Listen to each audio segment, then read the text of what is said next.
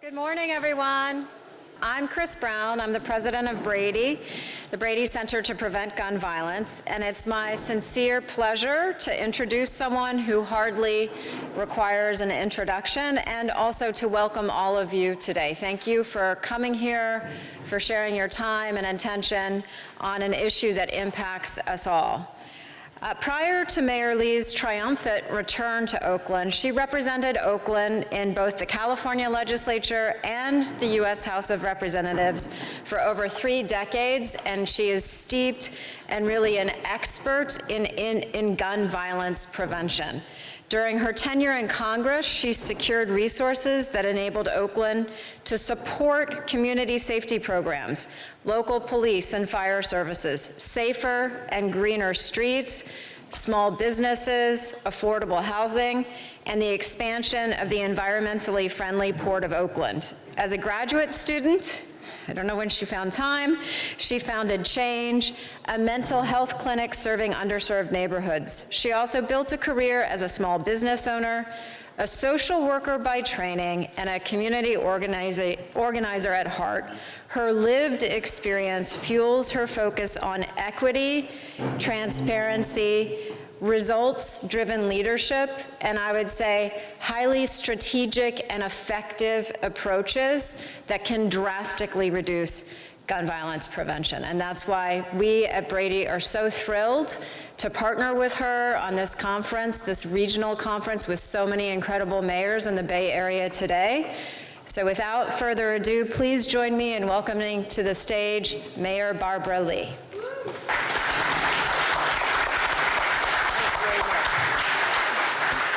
Well, good morning, everyone, and I'll be very brief and just want to, first of all, thank you for being here. Secondly, I want to thank Chris and the Brady campaign, who I know very well from Washington, D.C. and Capitol Hill. We've worked together for many, many, many years with our gun violence task force, and the whole goal is to end gun violence in America. And we worked so hard on gun tracing, my legislation to repeal the restrictions on gun tracing, that's the Tiahrt Amendment. We worked very hard with the prior administration, the Surgeon General, to declare gun violence a public health issue, which started right here in Oakland, the idea, and we took it to DC, and last June, the Surgeon General did declare, and you know why, gun violence is a public health issue. And so I just want to thank Chris and the Brady campaign for coming to Oakland, because we decided that we wanted, and I've talked to many mayors here in our region, and we know that gun violence is a regional issue, and gun safety is a regional issue. And so in order to address and end gun violence, and I say end it, you know, we have to reduce it and end it, we need a regional approach. And so I want to just thank all of our mayors who you'll hear from, our Senator Jesse Aldeguin from Sacramento, who chairs the Public Safety Committee, all of our faith community leaders, our Department of Violence Prevention, Ceasefire, and our police departments, Oakland Police Department, OPD, and you know, the faith community, Faith in Action, everyone has pulled together here in Oakland to help begin to reduce the violence that we see and know so well.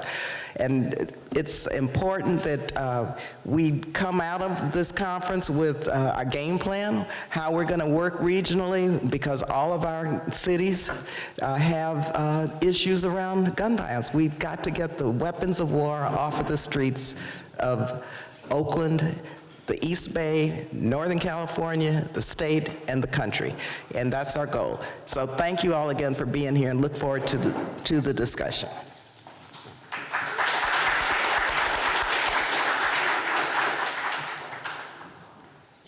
Wonderful. Well, welcome to the stage. And we have half an hour with 4 incredible leaders for me to ask a few questions. And one of them on the top of my mind is just from a little bit of research that's come out from the gun violence prevention movement, because many of your cities have seen an actual reduction in violent crime over the last year. But in America today, the perception is often that there's been no reduction in violent crime. And I think that it continues to spur a feeling of lack of safety. And I'm just wondering, for each of you as mayors, how do you think we can turn the tide to help people understand that gun violence prevention is crime prevention?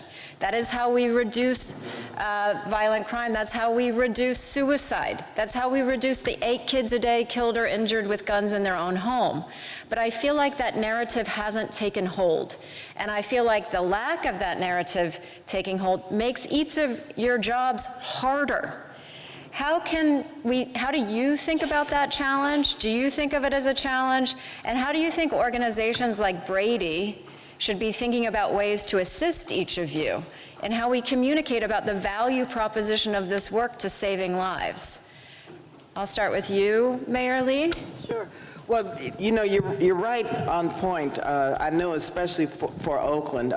First, people want to know that they're safe and feel safe. And our Department of Violence Prevention, Oakland Police Department, and Ceasefire, with our partners, have actually helped reduce crime in every single category. But it's very personal to everyone, and people don't feel that because crime still exists. And so we have to be real and let people know that we're working to continue with this trajectory. But, and I'll give you just a quick personal story.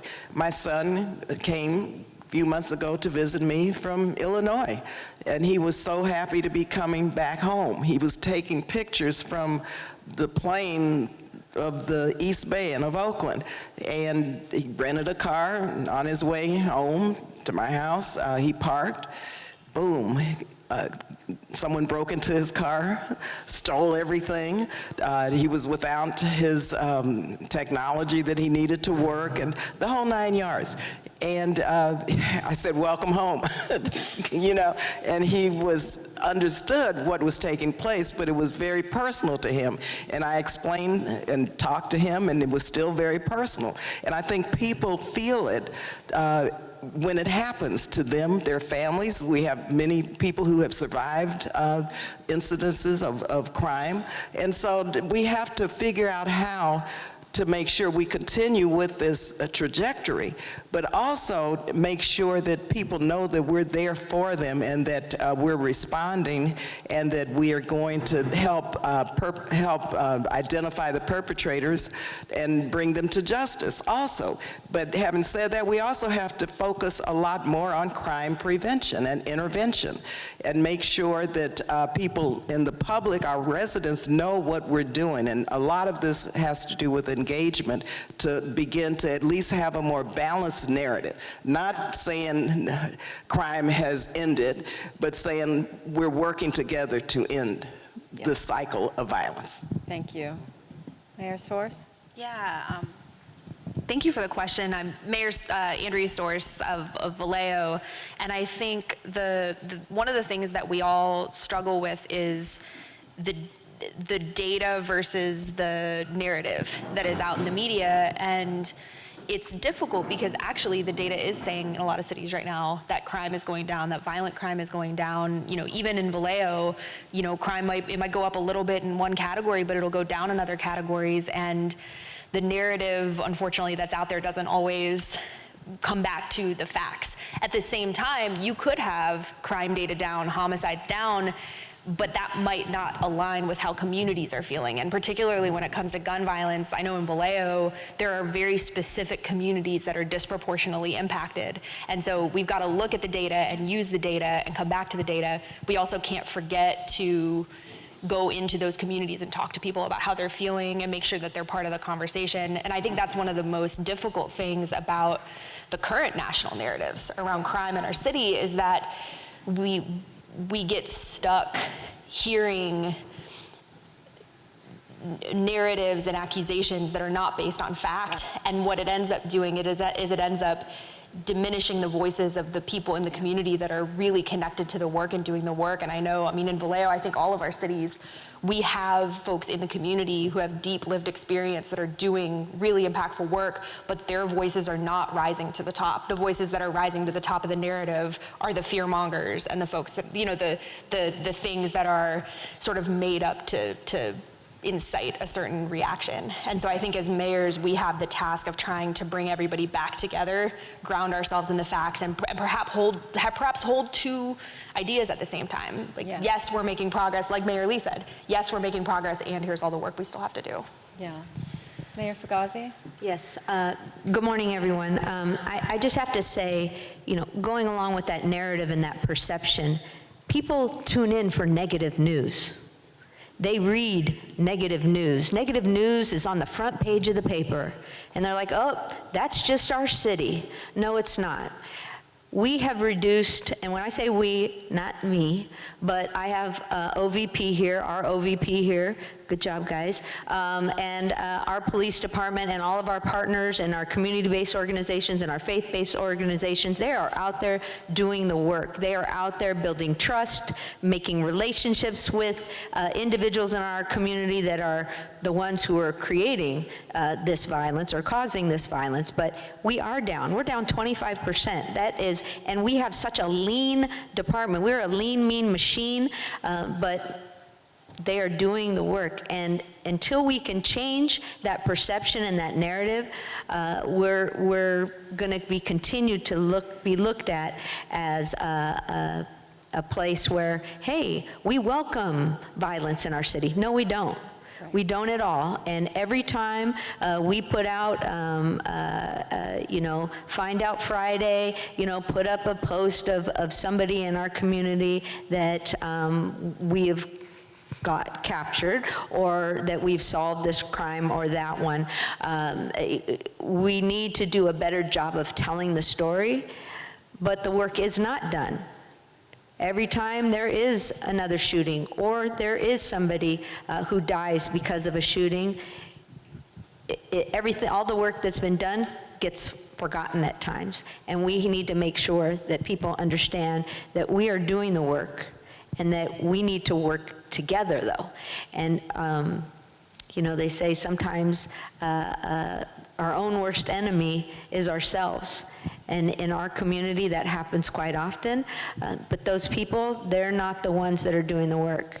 And until they understand that, and until they're a part of it, and until we provide opportunities for our youth that are very money motivated, well, I would say even our adults, because we have generational organized groups, and they don't feel like they have any hope in our city, and we need to bring that back as well. So that's what I'll say for that. But again, we have to create our own story and make sure that it gets out there.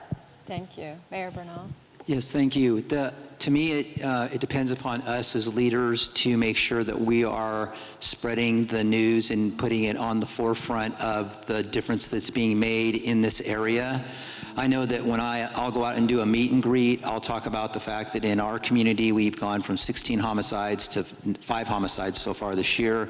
And folks are amazed at that information, but we all need to do that when we're out talking about economic development. When we're talking about anything, there has to be an emphasis on the gun violence, on what's being done about it, so that it's in the forefront of people's minds and they're thinking about it and aware of it. And that doesn't just include the mayors, but it's all the people in leadership in communities, so that people start thinking about the gun violence.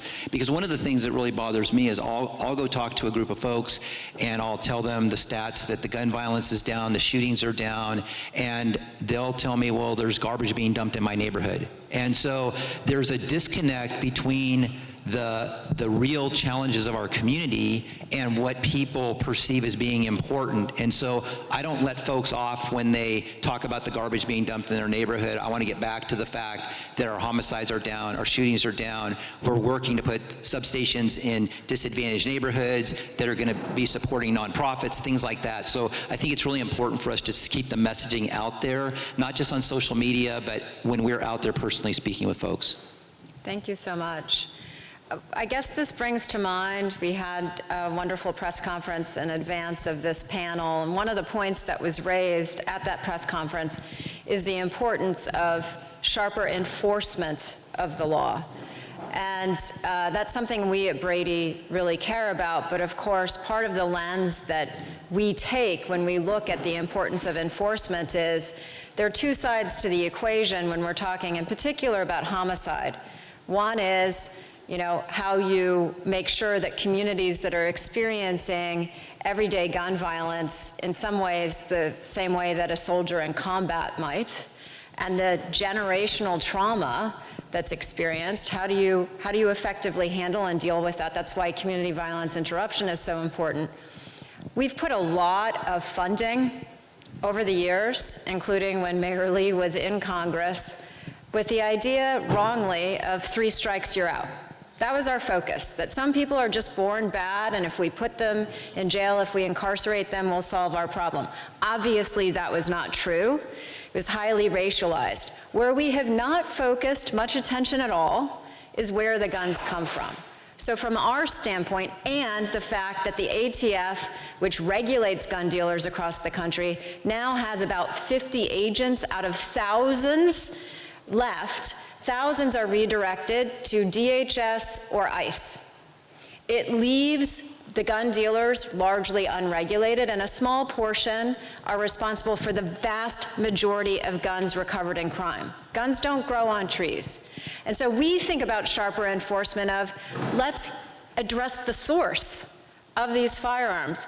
That's Brady, that's part of why we want to work so closely with you, but I'm wondering, what are the top 2 or 3 things that you as mayors, and I'm going to start with you, Mayor Bernal, so we give folks the chance to react to one another, that you think would be most important? If you could blue sky this and have the right funds for enforcement to really reduce gun violence prevention in your community, where would you put those dollars? I think, to me, before I answer the question about dollars, it depends on the leadership in law enforcement. And in Antioch's case, we have a very adept and capable chief who comes from Richmond, who's dealt with gun violence issues, which makes a difference. So I think the first thing is you need to have leadership that recognizes the importance of addressing the gun violence at this particular level and in this place so that it can be addressed. The other one, frankly, is just resources and having the ability. So if I could do something, it would be able to attract more officers and people that will be able to get out and work on these specific areas. The other thing is we just joined a task force for the county. We hadn't been involved in it in 6 years, and we just now have dedicated an officer to that. It's going above and beyond just the day-to-day in our community and start reaching out at a county level, at a regional level, and making sure that we are part of the investigations and the information that's being shared. So that's a couple things I would like to see us do. Thank you. Mayor Fugazi? And I'm glad that Mayor Bernal brought that up in terms of leadership, because our police chief came from San Jose, and he's been very innovative, but he needs help. And so at the beginning of my term, we did a press conference where we had ATF, FBI, we had the sheriff, we had every city police chief there, and we said, listen, we have to work together. But some of the things that we're missing is the fact that, you know, even though our felony arrests are up, even though our misdemeanors are up, even though we're taking guns off the street, it's still pervasive. And we have people that have gone in and then they're right back out and they're on the streets and they're filming videos with guns in their hands and like flexing, thinking, hey, look, I'm back out and I've got a gun in my hand again. And they were only in for like 5 days. Then they go to another state, and I will tell you, it didn't happen that well for them. But, you know, working with, for us, U.S. attorneys, having dedicated people, but we also have collaborative courts. Our collaborative courts are working to, like you said, we're not just throwing the baby out with the bathwater. There are people there that just need another way. They just need to understand it, and they need the mentorship, and they need the guidance. Us having annuitants that are paying of annuitant, you know, retired officers who have grown up in our city, that know what's going on, but bringing them back to help with those initiatives, but there's not enough money always to go around for that. And then looking at really doing targeted community work, putting people out there. Our OVP, like I said, our OVP department is doing their best, but we have 325,000 people. We have, 5,000 gang members. How do we reach them all? Right, right. Mayor Soares? Yeah, I would add, I think you have to do a few things all at the same time. And, what Brady brings to the table, and I think where the regional approach is important, is in the trafficking, in the sourcing. So, we talked about this, I think, even in the press conference, that it's less about the going after individual users and more going after the systemic issues. And I forget the statistics that you brought up of there was a very small percentage of arms dealers that are responsible for a very large percentage of guns. That's something that no one individual city can tackle on our own. The things that we can do, and I think especially in Vallejo, a few of our cities up here have had issues with police misconduct and trust. And we have really good folks on the street, officers that are doing the work and committing to the violence prevention work. But that work, as we've seen in Oakland and Richmond, and it sounds like Stockton and other places, that work really should be done outside of PD. So you need to have a police department that folks can trust to go after the real crime. And then you also need the support. You had mentioned, where would we like to see funding? I don't think we have nearly enough funding going into the preventative side, the investments in youth, the investments in, social programming. And Mayor Madal mentioned economic development. We tend to, I get frustrated at how the script is often, well, businesses aren't gonna wanna come to your city because of crime. It's like, no, we need to flip that. We need to go, economic development is crime prevention, because that's the jobs that our young people are gonna get, that are gonna give them opportunities to not be on the street. So that, for me, you've got to do the work. You've got to do the real work with the real trafficking, get the predators that are preying on our community. You've got to rebuild trust in law enforcement so that when people do need the police, our communities aren't double hit by the police they don't trust and then the crime. And then the resources I would like to see go, I would want to see go into the prevention side and the investment in our young people. Yeah. Mayor Lee? Yeah. Thanks, Chris. You mentioned 3 strikes just anecdotally. I was in the California legislature when the California 3 strikes law came down, and I knew then that it would disproportionately impact black and brown young people, that 3rd strike. And in fact, there were 3 of us who voted against it, and we received death threats for months and months and months as a result of that. It was a terrible thing to pass in this state. And in fact, we still have the impacts that we're dealing with our young people. So I think we need to do a couple of things. And this has got to be, I think, an overall integrated approach. Comprehensive. We have to make sure that we know who the bad actors are, the predators. And we have to make sure that they know that gun violence is not an option. Violence is not an option. Next, we have to institute, and we've been working on this for years, major national gun safety laws. Because you can buy a gun in one state, come to California where the laws are tougher, but still, guns are everywhere. And so we have to get some national legislation passed, which who knows how that's going to happen. But so in the meantime, locally, working regionally is extremely important, but also putting money on the crime prevention end with violence interrupters, with people who are coming out of prison who want to help.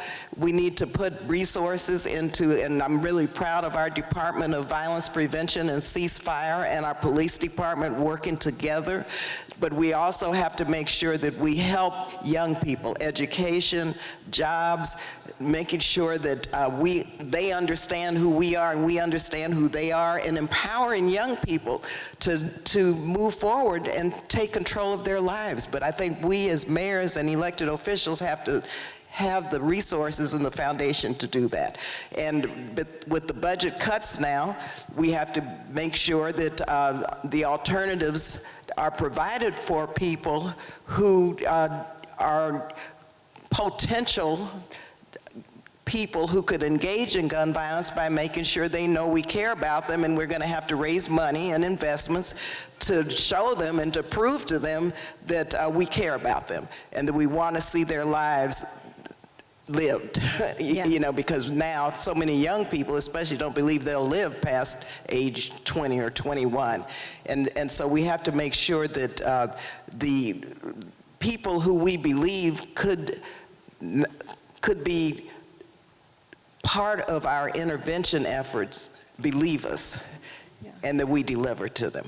And so far, we haven't done that. Yeah, thank you so much for that answer. I think we have time for one more round, and I'll mix it up just to keep it interesting. I'm going to start with you, Mayor Fugazi, answering this question. You know, we hear all the time, especially from one person who occupies the White House at the moment, oh, stronger gun laws don't work.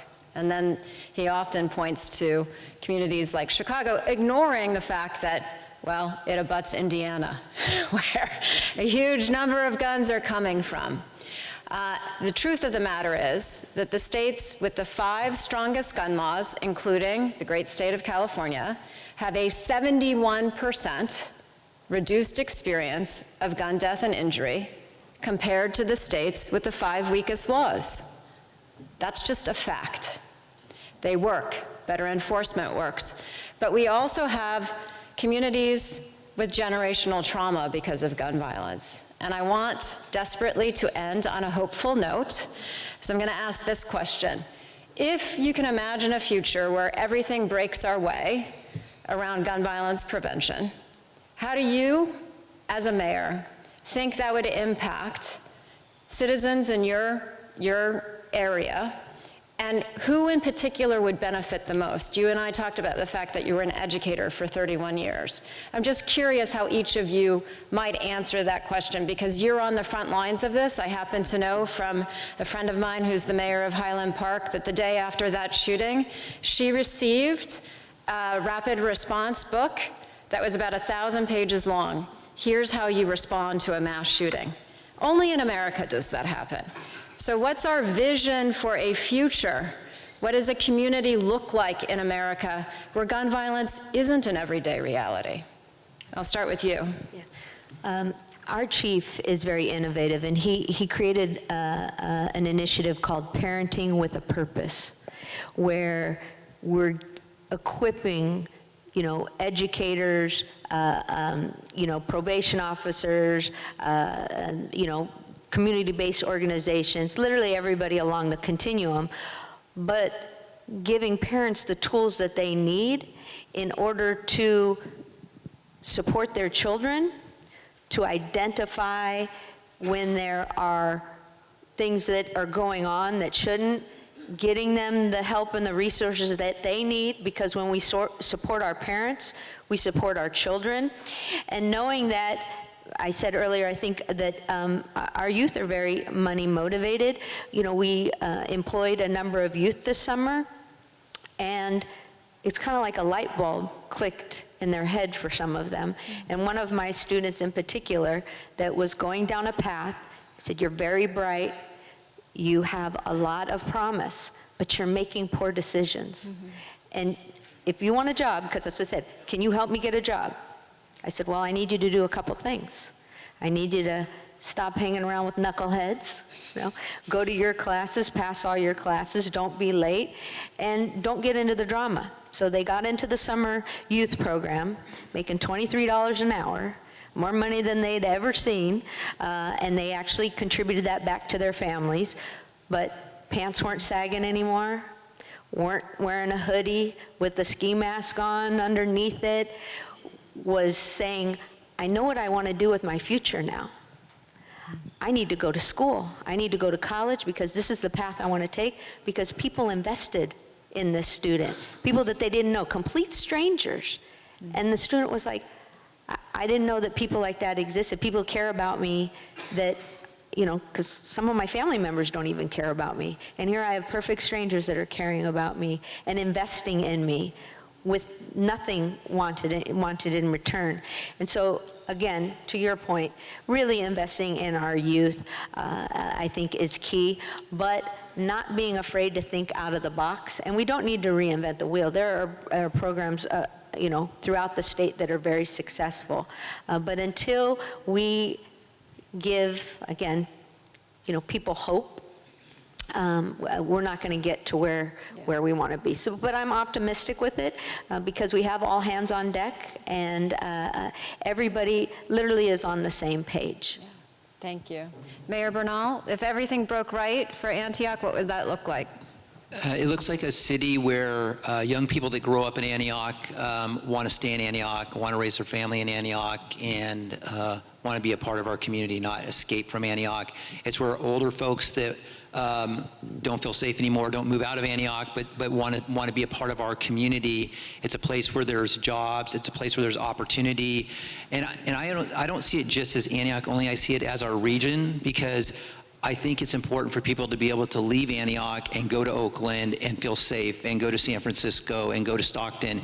And so really it's a matter of us creating an area, a region that will attract people to come here because it's a place to want to be, but also where people are proud to call it home, and where people want to stay. They don't feel like they have to escape somewhere else. The people that I feel are would be most impacted are the youth. It has to start with our young people. They have to know that they have a hope and a future and a destiny. They can't believe that their only path, their only way forward is what they've seen their dad and their brothers and other people do. They have to know that there's opportunity for them to break free of that. And so that's what I would want to see, is where we just hold our youth up, and they are shining stars in our community. Thank you so much. Mayor Soares? Yeah, my take is similar, and I think for me, getting to what Mayor Fugazi was saying about our young people, I've worked in education most of my career, and I'm now at the community college level. And we lose so many students before they even get to the community college level.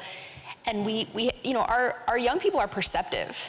They understand a lot more societally than we give them credit for. And I think we send a lot as a society, a lot of very subtle messages from a very young age that impact our young people, that maybe we don't care about them.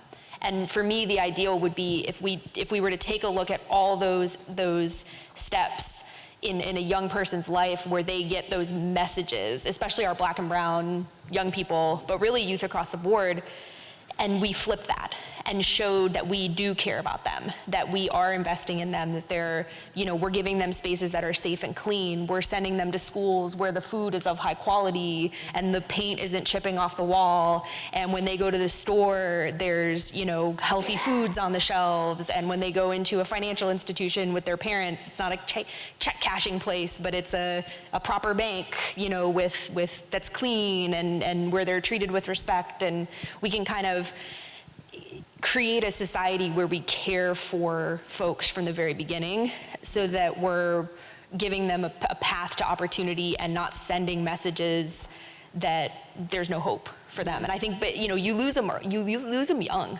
and it becomes very difficult to recover once a young person gets that sense that, well, this society just doesn't, they're writing me off. Yeah. And I think the other piece of it, the source of hope that I have is, in that last discussion, I was thinking about Vallejo, and we have a lot of work to do in Vallejo. But we also have a lot of work that's being done, and one thing that I would like to see us do more of is connect all different issues together and see how, the jobs, the crime intersect, the recidivism that Mayor Lee mentioned. We're having events in some of our impacted neighborhoods where we're envisioning, and I don't take credit for this at all, this came out of the community, where you have a community cleanup with dumpsters. You've got youth volunteers who are doing youth job program, going out to help seniors, in pickup trucks, bring their large trash items and put them in the dumpsters. And then at that site, you've got music and food, and you have an expungement clinic for folks to come and get their records expunged so they can start fresh, and you're just providing that whole support and sending the message that, yes, we're investing in this community, we care about this community, we want it to be clean and safe. And so I think the hope for me comes from that collaboration. It comes from us all working together and not having a myopic view of the issue, but going, oh, here are all the ways that we can show that investment together holistically. Mayor Lee. Yeah, I think, what we're hearing is all hands on deck, and every single aspect of life intersects with the other. And I think the ideal, to get to the ideal, though, I'm truly confident, and the data shows it, that looking at violence, especially gun violence, as a public health issue gets us there. We have to look in the ideal, the trauma, which you mentioned, is there. And so we have to address mental health in a big way, because trauma-informed care is part of how we help people get through this, because of the historical context of living in neighborhoods where excessive gun violence has killed so many people. Also, and my background is psychiatric social work, and so I look at a lot in terms of social determinants of health care. And gun violence, affordable housing, good paying jobs, access to health care, access to healthy food and financial institutions, to child care, to the pathway out of poverty. So many people here in Oakland, we have some of the highest childhood poverty rates in the country here in Oakland. And so I think that it's important to see this comprehensively, and we have to move forward to get to the ideal, to get the guns off the streets of America and in our region, at the same time that we're looking at how we address the quality of life for everybody, regardless of who they are, their background, and make sure that we have strategies where people believe us and we have the funding and the resources to deliver.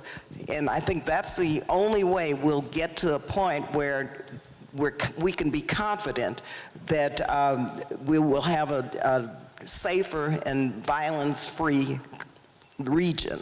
But we have to deliver, and that's so important. Well, I could moderate a panel with you four all day long.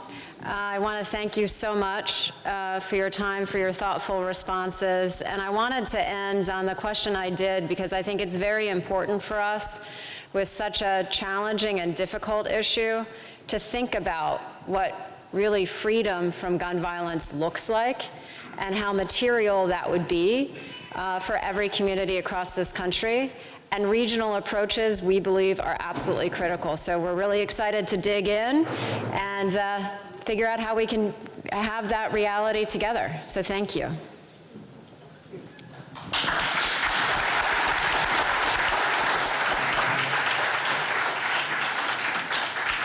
My name is Reagan Cunningham. I'm with the University of Pennsylvania, and we have been working with the City of Oakland. I specifically have been working with the City of Oakland for probably 15 years in terms of helping the city reduce gun violence. So I'm just really grateful to be here today and see so many familiar faces. I'm very humbled to be able to moderate this panel with so many wonderful people who have been doing the work on the ground for many, many years.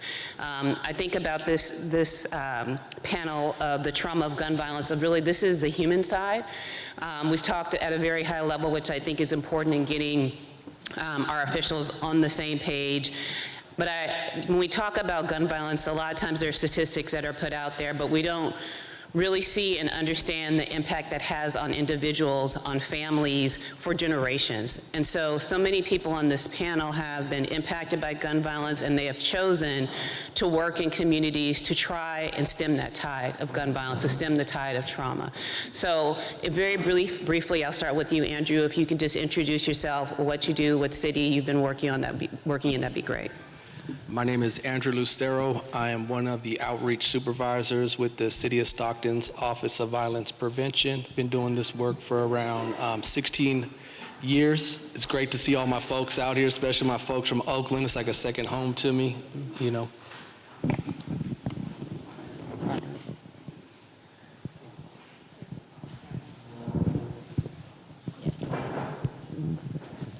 My name is Barbara Lafitte Oluwole, and I am the Program and Operations Manager of Faith in Action East Bay. an organization that's 50 years old that's been doing organizing in Oakland and around quality of life issues such as immigration reform, education reform, and public safety. Hi, my name is Guy Hudson. I have two hats, really. Violence Reduction Initiative. I'm the manager for them with three case workers and 3 people who do collaborative out in the neighborhood. And I'm also the SVIP, Street Violence Intervention Program, which I am the crisis manager of the whole San Francisco, which I go to the hospitals and on scenes for homicides and reduce retaliation in our neighborhoods. Tamisha Torres Walker, co-founder, executive director of Safe Return Project in Contra Costa County. I also sit on the city council in the city of Antioch and spent many years working on ceasefire in the city of Richmond and a strong supporter of our Office of Neighborhood Safety in the city of Richmond, and also a supporter of the Department of Public Safety and Community Resources in the city of Antioch. And so I don't work for any particular agency to reduce gun-related violence because you don't need to pay me to do that. Mm-hmm. It's important to me, as my family has experienced violence, to be in the community as an ordinary person doing extraordinary things to keep our community safe. Right. Thank you for that. Can we give them a round of applause? So I wanted to ground us in that because as I ask these questions, it's helpful to understand the perspective that they're coming from and understand all the years of experience that are on this panel and how folks have been impacted in different ways. And so with that, I'll lead with the first question, which is, each of you has experienced the impact of gun violence in very personal and very different ways.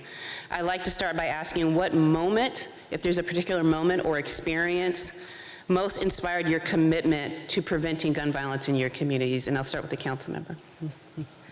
I think the moment that inspired me to get involved in reducing gun violence in the community. I'm from Richmond, so in Richmond at the time was pretty interesting because it wasn't the moment that my brother was murdered. Because at that moment, I didn't want to stop violence. I wanted more violence to occur. Because that was my form of justice at that time.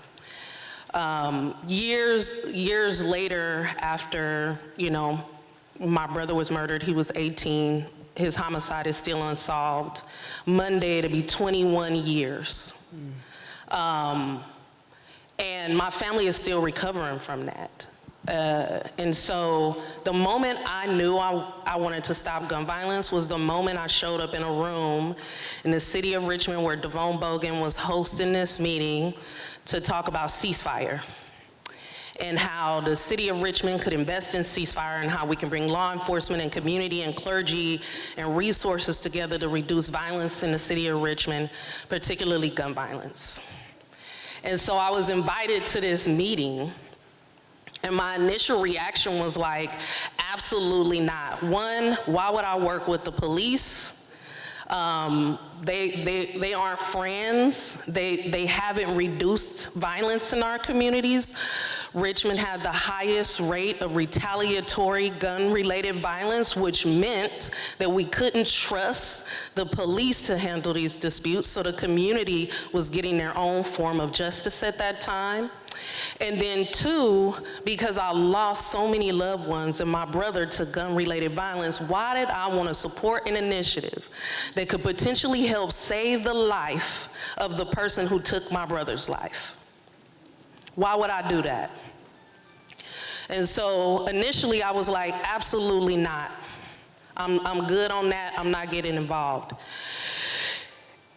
And then I decided to go just to observe and see who was in the room. And after the panel spoke and after community members got together and talked about why it was so important to move an initiative like ceasefire in the city of Richmond, I thought about my brother and how kind and sweet he was.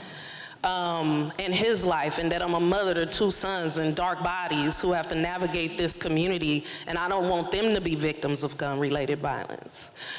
And so I went to a separate room and I prayed about it, and I just heard my brother say, don't do it for me. Don't do it for the police, don't do it for the individuals that you think might be scapegoating justice or whatever form of justice you want them to escape. Do it for me, because I want my nephews to be safe. And when I just kind of had that inner dialogue, I came out of the room and I went up to, I believe it was Sam Bond, and I was like, I think I'm gonna get involved. I think I'm gonna get involved because, not because I need to challenge myself and heal. And so it was really about healing is why I got in this work. Thank you. That was a good question, because I've been doing this a long time. And I think for me being somebody who raised me, I never had a father in my life, but a man named Thomas Mayfield raised me at a gym, and he became a mentor. And later on, he gave me my first chance at gang prevention. And I was coaching basketball, and I had a young man killed. And he was a very good kid, but he got involved in the neighborhood where I'm from, Harbor Road, Big Block. And he got killed. And at his funeral, I spoke, but when I was finna speak, I didn't have nothing to say. You know, we go to funerals a lot of time and people say stuff, you got 2 minutes to say things, and a lot of times we say stuff, but we really don't mean it. And I saw another young man in the audience glowing, and he was telling me, Guy, it's like God was telling me, I seen him glowing. And he was like, Guy, it's gonna be okay. And I think at that moment, it changed my life. And I said to myself, if I don't stop youngsters in my neighborhood from killing other youngsters, who has more influence in my neighborhood than me? I didn't think nobody did at the time. So I think at that moment, it changed my life. And I've been doing this since 1997, and that impacted me right there. So that's the reason why I do what I do right now today. If you in this room ain't gonna do it, who gonna do it? Mm-hmm. Ask yourself that. Mm-hmm. Absolutely.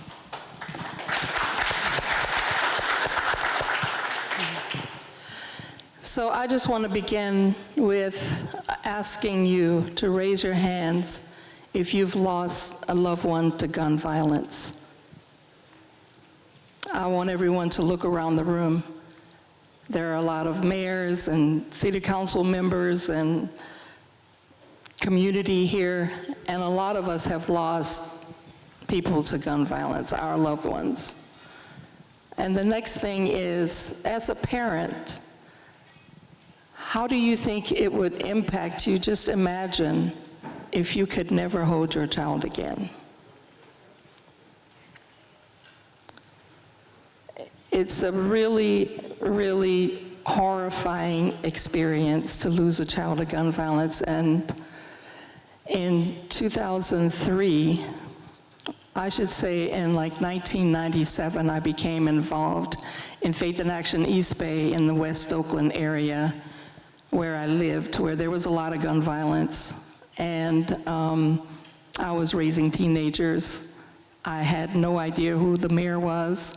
I had no idea who city council members were. I wasn't interested in that. I was interested in raising my children because I was a single mom. So Faith in Oakland community organizations came into my life at that time. And I began organizing around violence prevention as one of the issues that they were organizing around. And before, I always used to think there were a lot of young men on the street corners dealing drugs and shooting. A bullet passed by my head one night when I came home from work. And I was just thinking, why don't they just arrest these guys and put them in jail? The police know what they're doing. Just pick them up. Take them out of here. They're going to kill somebody. And they are killing people. But the work that I got involved in with Faith in Action East Bay, because it is a faith-based organization, helped me to think completely differently about a person's life. The person who's committing the crime as well as the person who's the crime is committed against. And I started changing the way I felt. And the way I felt now was, even those young men who are out there committing gun violence need a chance. Who knows what kind of lifestyle they were brought up in. So there's got to be some help for them. And while I'm doing all of this work, in 2003, my son was killed on the streets of Oakland because he witnessed his best friend being murdered and decided to testify against him. He thought he was doing right, which is something that a lot of young people don't do. So it was a horrifying experience, and it's 22 years and you never get over it.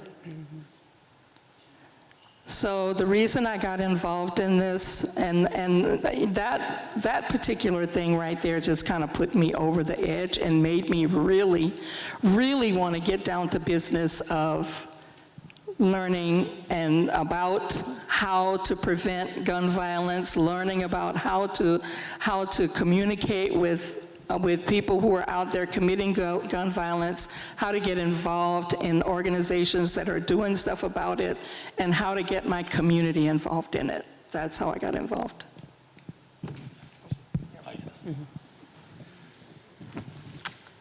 That's a long time ago. I don't like to, thinking of why I got started is rough, you know, so it's like chapters that are closed when you're on the other side and you're committing crimes, so it's rough, you know.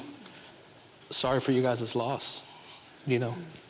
You got another stepson in Stockton, and you got a brother in Stockton if you ever need. It's not how I started, it's how I'm finishing. I do this work, to be real, so mothers and sisters and brothers don't have to feel that, you know. We go to the hospitals all the time, we're hugging folks that are losing people, letting folks know their loved ones ain't here anymore. So, but what reignited me again in this work, because I started diminishing a little bit. I've been in the office, you know, I get a little complacent. My daughter calls me, it's about 2 a.m. She lives in LA. She's like, Dad, my brother was shot. And my heart drops. I'm like, what? No, there's no way. He's in the room. You know what I mean? I'm like, there's no way. So I go in the room. I'm like, my baby's in there. She's like, no, my brother-in-law. And I'm like, dang. So I get into, I'm a father, but I switch. You know, I got to get into, you know, the Office of Violence Prevention, the Peacekeeper, you know, the CVI work. And so I'm calling my team. I'm calling my director. I'm like, man, what do? I ain't been faced with this one before. You know, she's like, leads me in the right way, because I'm going crazy, like, man, this is my little son-in-law too, you know. So, you know, we send the team out there, we're with folks, we're hugging, we're crying, and it's hard because, yeah, he's so connected to me, the young man that died this year, you know, to my family, but also the perpetrators, you know.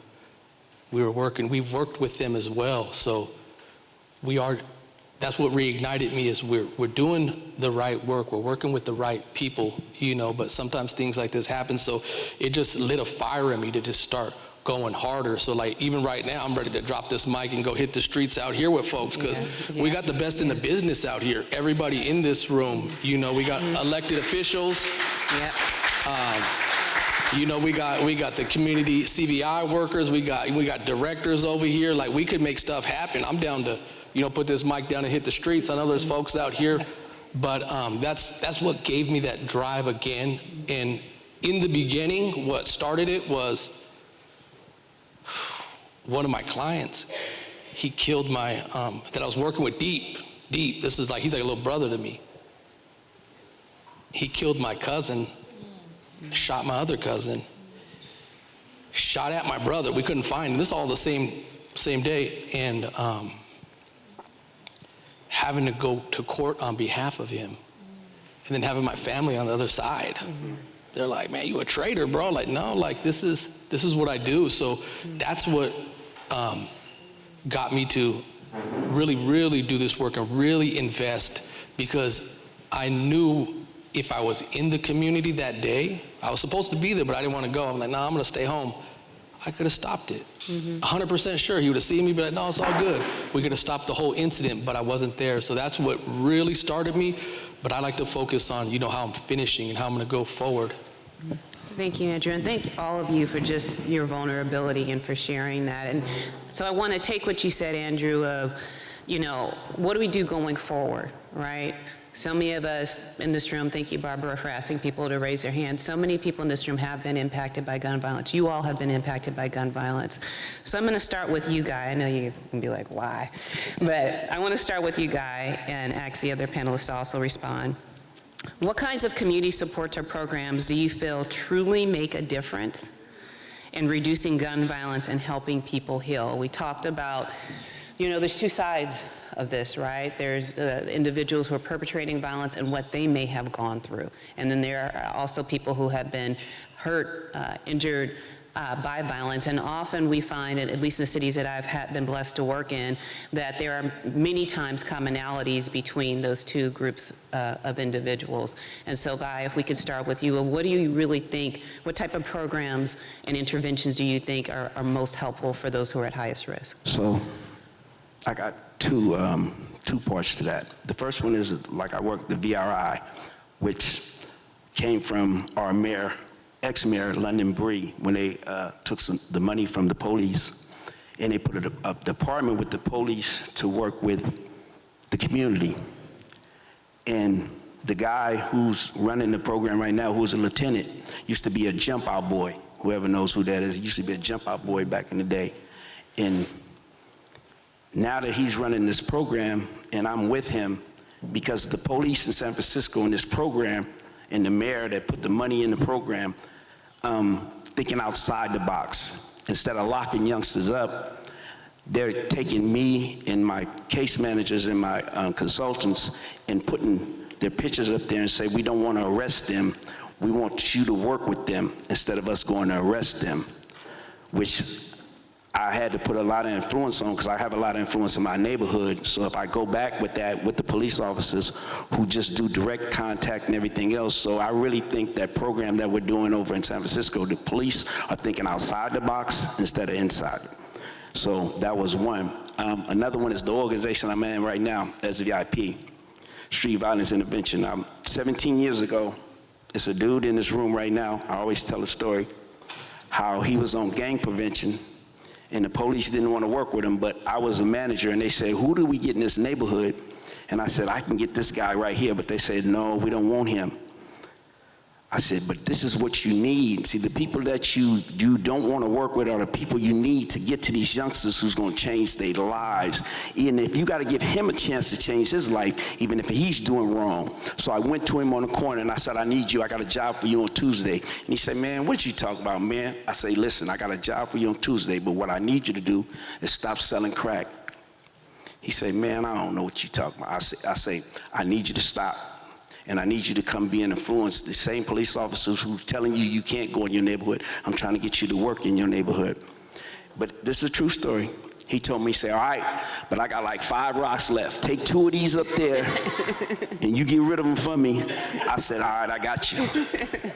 And a true story. It's a true story. Right now today, 17 years later, he got a degree. The same police who didn't want him to work with, they called him to go in the neighborhood to change something. So it does work, and I'm telling you, mayors, represent and put the money in your programs, and don't let somebody tell you, oh, they're not doing nothing, because they might.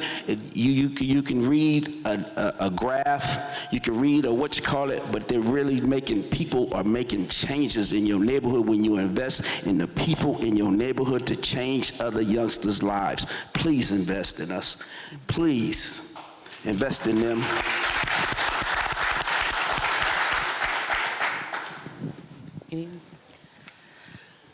Faith in Action East Bay trains community members to become leaders in their community.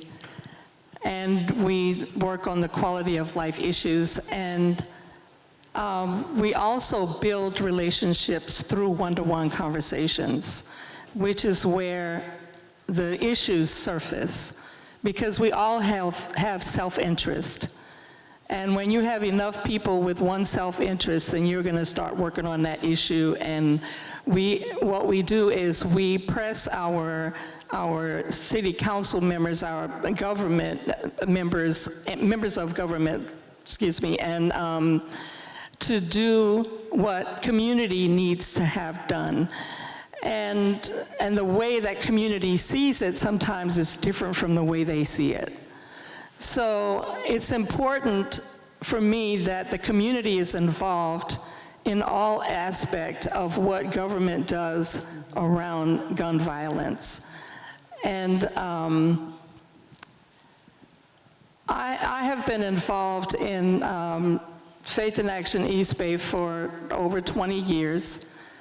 And recently, well, maybe about 5 years ago, I became involved with, and also the Ceasefire Partnership.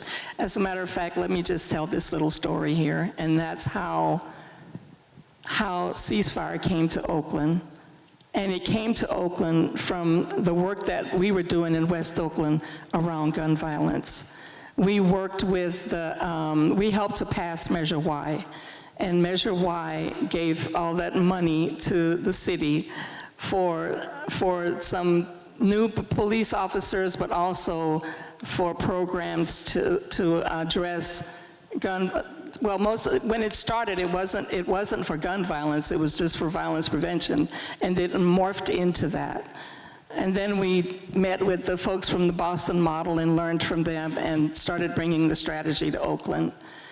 And the first call-ins we did were nothing like the call-ins we're doing today, but it was a start.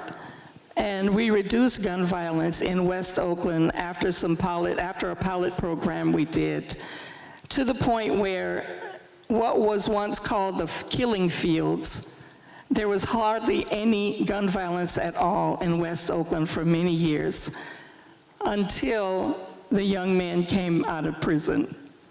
When they came out of prison, again, it became the killing fields. So the second iteration of ceasefire, after it happened, started really, because they were doing it correctly then, the partnership was very strong. It became very strong and started reducing gun violence even more than it had in the first iteration. So I've been a part of that strategy in different ways. I do custom notifications with the Department of Violence Prevention and the Probation Department. And also, I'm on the board of NICJR's, it's called the NOAB board, and it's Neighborhood Opportunity and Accountability Board. I'm sorry, sometimes I get mixed up all of those initials. Sometimes I don't remember what they mean. But anyway, the Neighborhood Accountability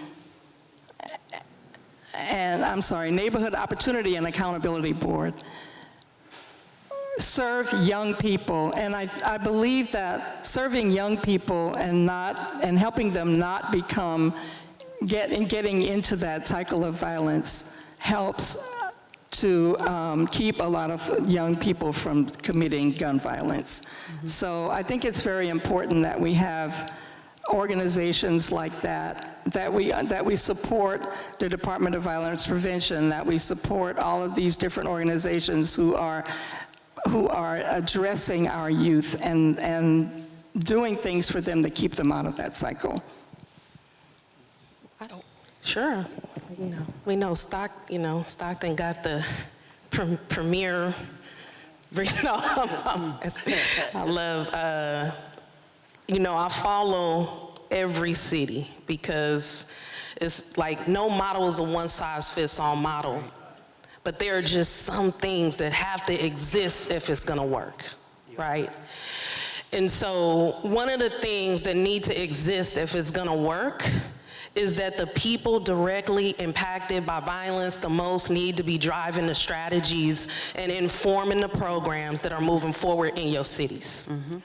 Because if they are not, you are not doing community violence prevention and intervention work. The people who,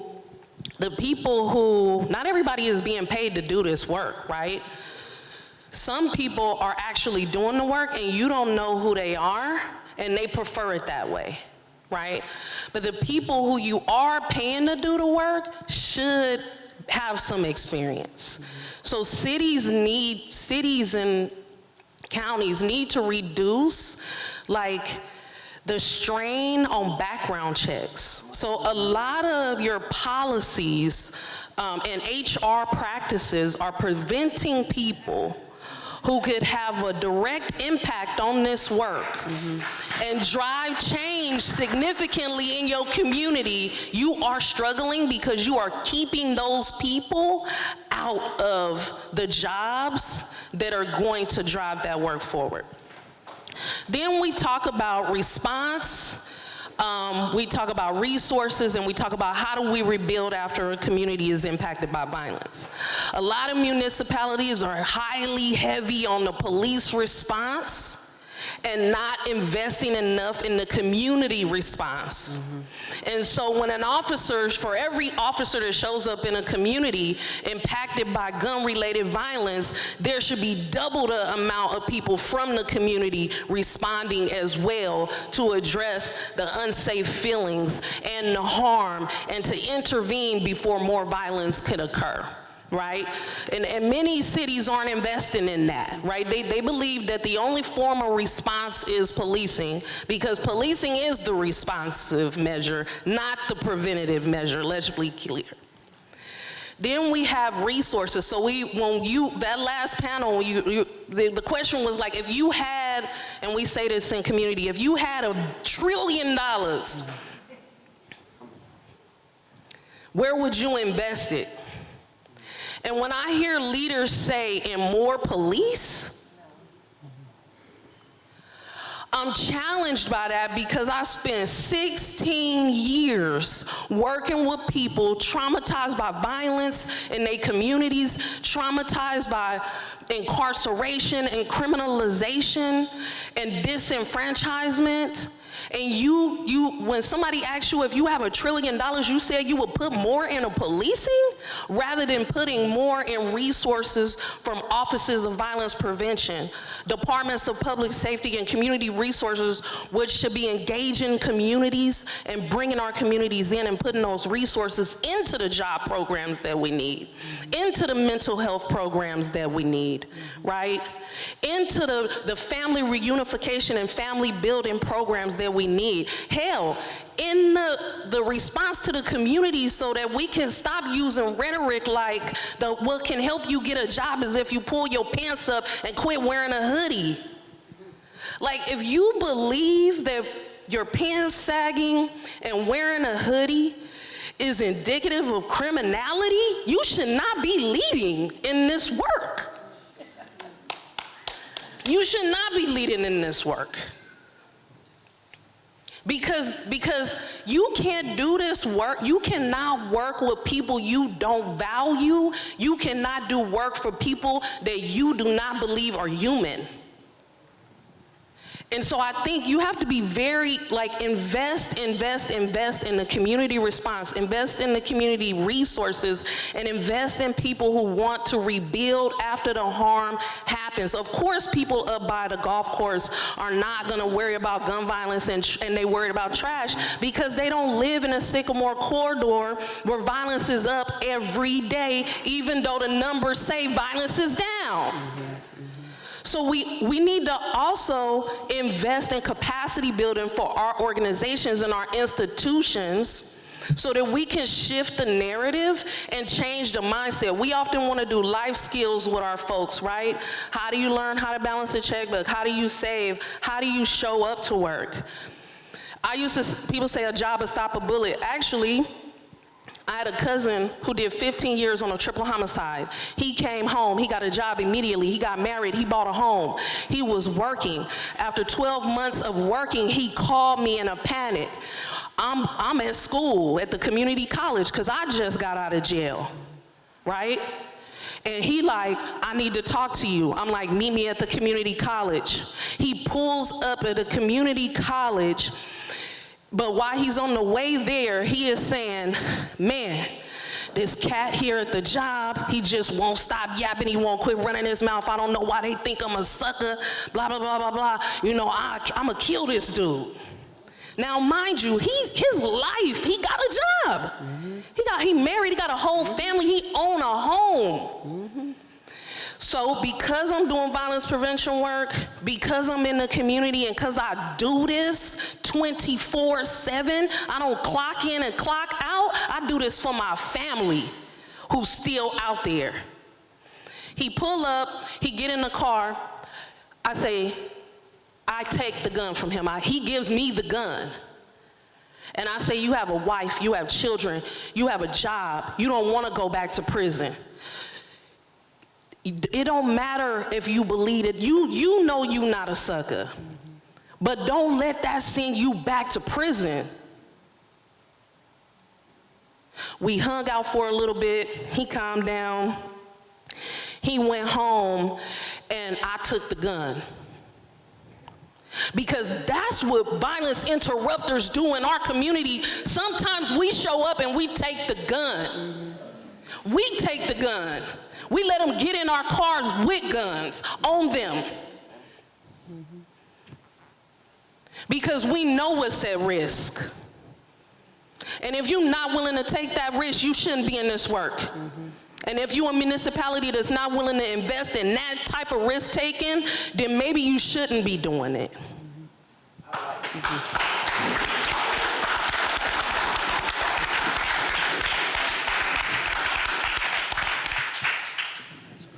Man, I lost what the question was. That folks got deep. Investing, what programs work. What programs and supports?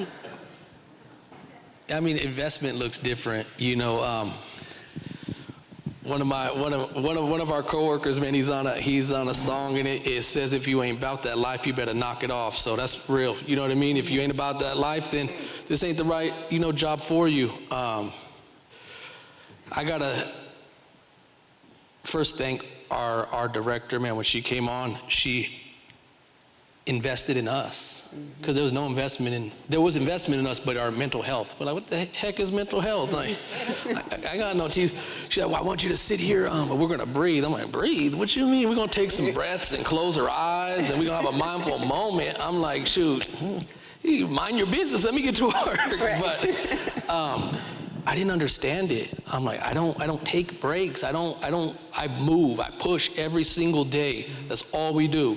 This is the city's off Friday, and we're all out here. We got our mayor out here. We got our folks out here still working. This job doesn't stop, but that investment in us helped, because we were beat up. We're beat up going out there, every single shooting, every single homicide, every time someone's arrested with a firearm, going out there. So we got to invest in stuff like that. And I thought, you talked about the call-ins. I'm like, I don't know what Laura was thinking at the time. I'm throwing her name out there. She's like, we're gonna ask these guys to breathe. I'm like, you want these dudes to sit in this meeting, all these crazy fools, and we're gonna ask them to breathe? We're gonna ask them to, and they did, And then we asked them the question afterwards, after the call-in, did a little survey. They all filled it out. And they're like, that's the first time I took a break and breathed. Some of them started crying, and this is the who's who of who. We don't work with folks that ain't about that life, So, but it's investing also in your staff and the mental health, making sure they're okay. But putting that investment back, I know I'm not part of it. That's more my coworkers, Daniel and Laura. They've been doing a lot of work with the youth, and we've seen that there's a disconnect from the city, from the county, from the community, from volunteers, from everybody. When youth are released, there's not many services there. I mean, there's services, and you could something every day to do in juvenile hall. Every meal's brought to you. You have housing, everything. But when you're out, what does that look like? So I know we went after some behavioral health money, but just being brave might not work. At least you're trying. You can't get too comfortable. You got to try some new stuff. You got to get uncomfortable if you want to grow. And how do I know it's going to work? Is because my little son-in-law, the day he was killed was the day he got off of ankle bracelet. His mom said, please don't take him off. He ain't ready. The exact day he was killed, within 4 hours, he was double tapped, one in the chest and one in the head. Because that's what they do now. It don't count in the hood if it's not a headshot, is what they're saying. So it's like the day he got off of probation, not off of probation, off of ankle bracelet, I wish I would have been there. I wish I would have known. I know I could have did something. So that there's that disconnect. We need to know these things. We need to be out there like, man, this dude been locked up for 6 months. Then he's on an ankle bracelet for 3. He might wild out when he gets that ankle bracelet off. And we lost him. So this grant that we went after, it's going to, and I don't know all the details, but that's what it takes, sitting down with real folks and seeing people that actually do the work and taking, their knowledge, into this grant and putting the money where it needs to be. But one thing I did see about this, I was talking to my director, I was like, man, we got to bring some more folks with us, because I've been out the game for a long time, you know what I mean? We need to bring some more folks that are, even though a lot of us are directly impacted, but some fresh impact, because they have a different outlook on things, They start calling me OG now. I'm like, what do you mean? I'm only 43. Like, yeah, I guess that's it now. My career's over. But so just investing in certain things like that. I know, man, we do some crazy stuff, Mayor, don't listen to all the stuff I'm saying. Allegedly, we do this stuff, But no, we went after this. First, the employment program that the city brought out was amazing. It gave so many jobs to a lot of our at-risk young men and women. It's like powerful. And them seeing folks, and it just changed their whole life. You know what I mean? Seeing the way we talk, the way we communicate, how we say certain things in certain places, kind of the way we dress as well. We started, some of the folks that were in our department in that program, we got them some suits, things like that. We're like, oh, y'all need driver's license. You ain't driving yet? Like, so it's a powerful program. But we did one also with our team where we took some of the most challenging population there is, and we did it was a little too long, it was a 10-month employment readiness, man. We figured out what not to do. I'll tell you that right now, but we had a lot of success in it. You just got to get uncomfortable. You got to try new stuff, and you don't have the answer to everything. If you think you do, you're wrong. Right. You got to talk to the people. You got to see what they need. Some of our guys ain't going to be, what we want to be. Oh, you got to go get a job. Where?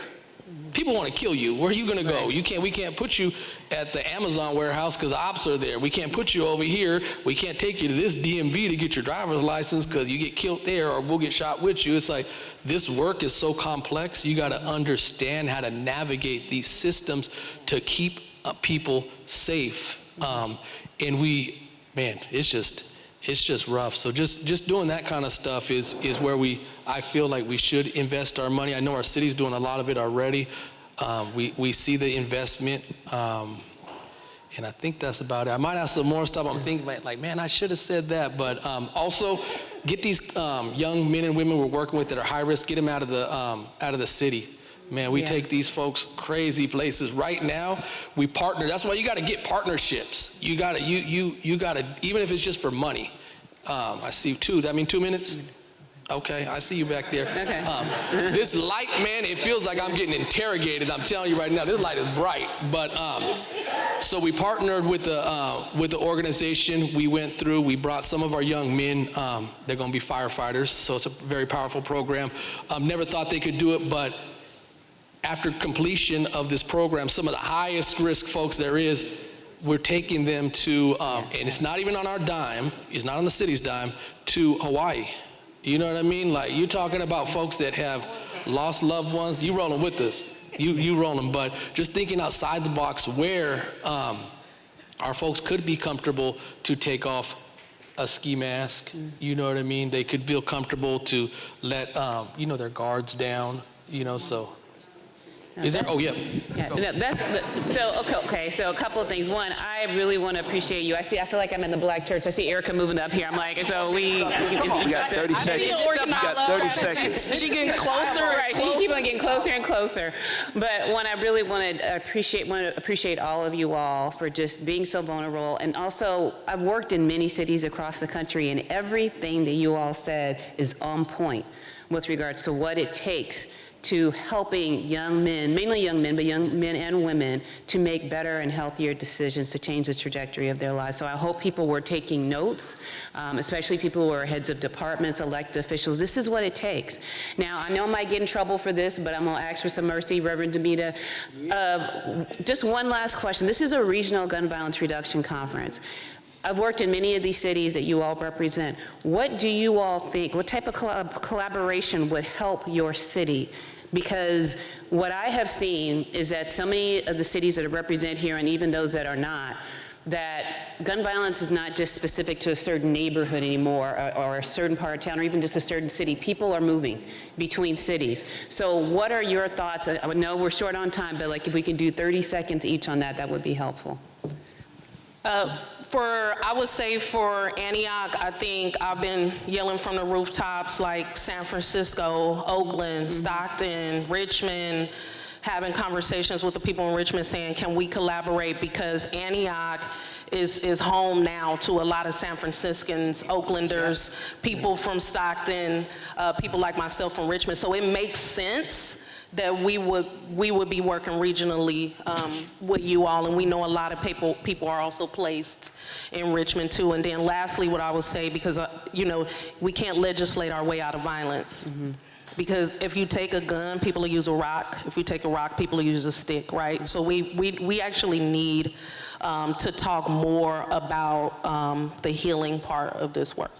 So my 30 seconds, I wanted to, what I wanted to say was, you're going to get a breakout panel with our staff a little bit later, and it's a young man who's coming in, who came in our program, who's got a victim of violence, who came in there and changed his life. And I've been knowing him since he was 9 or 10 in his lifestyle.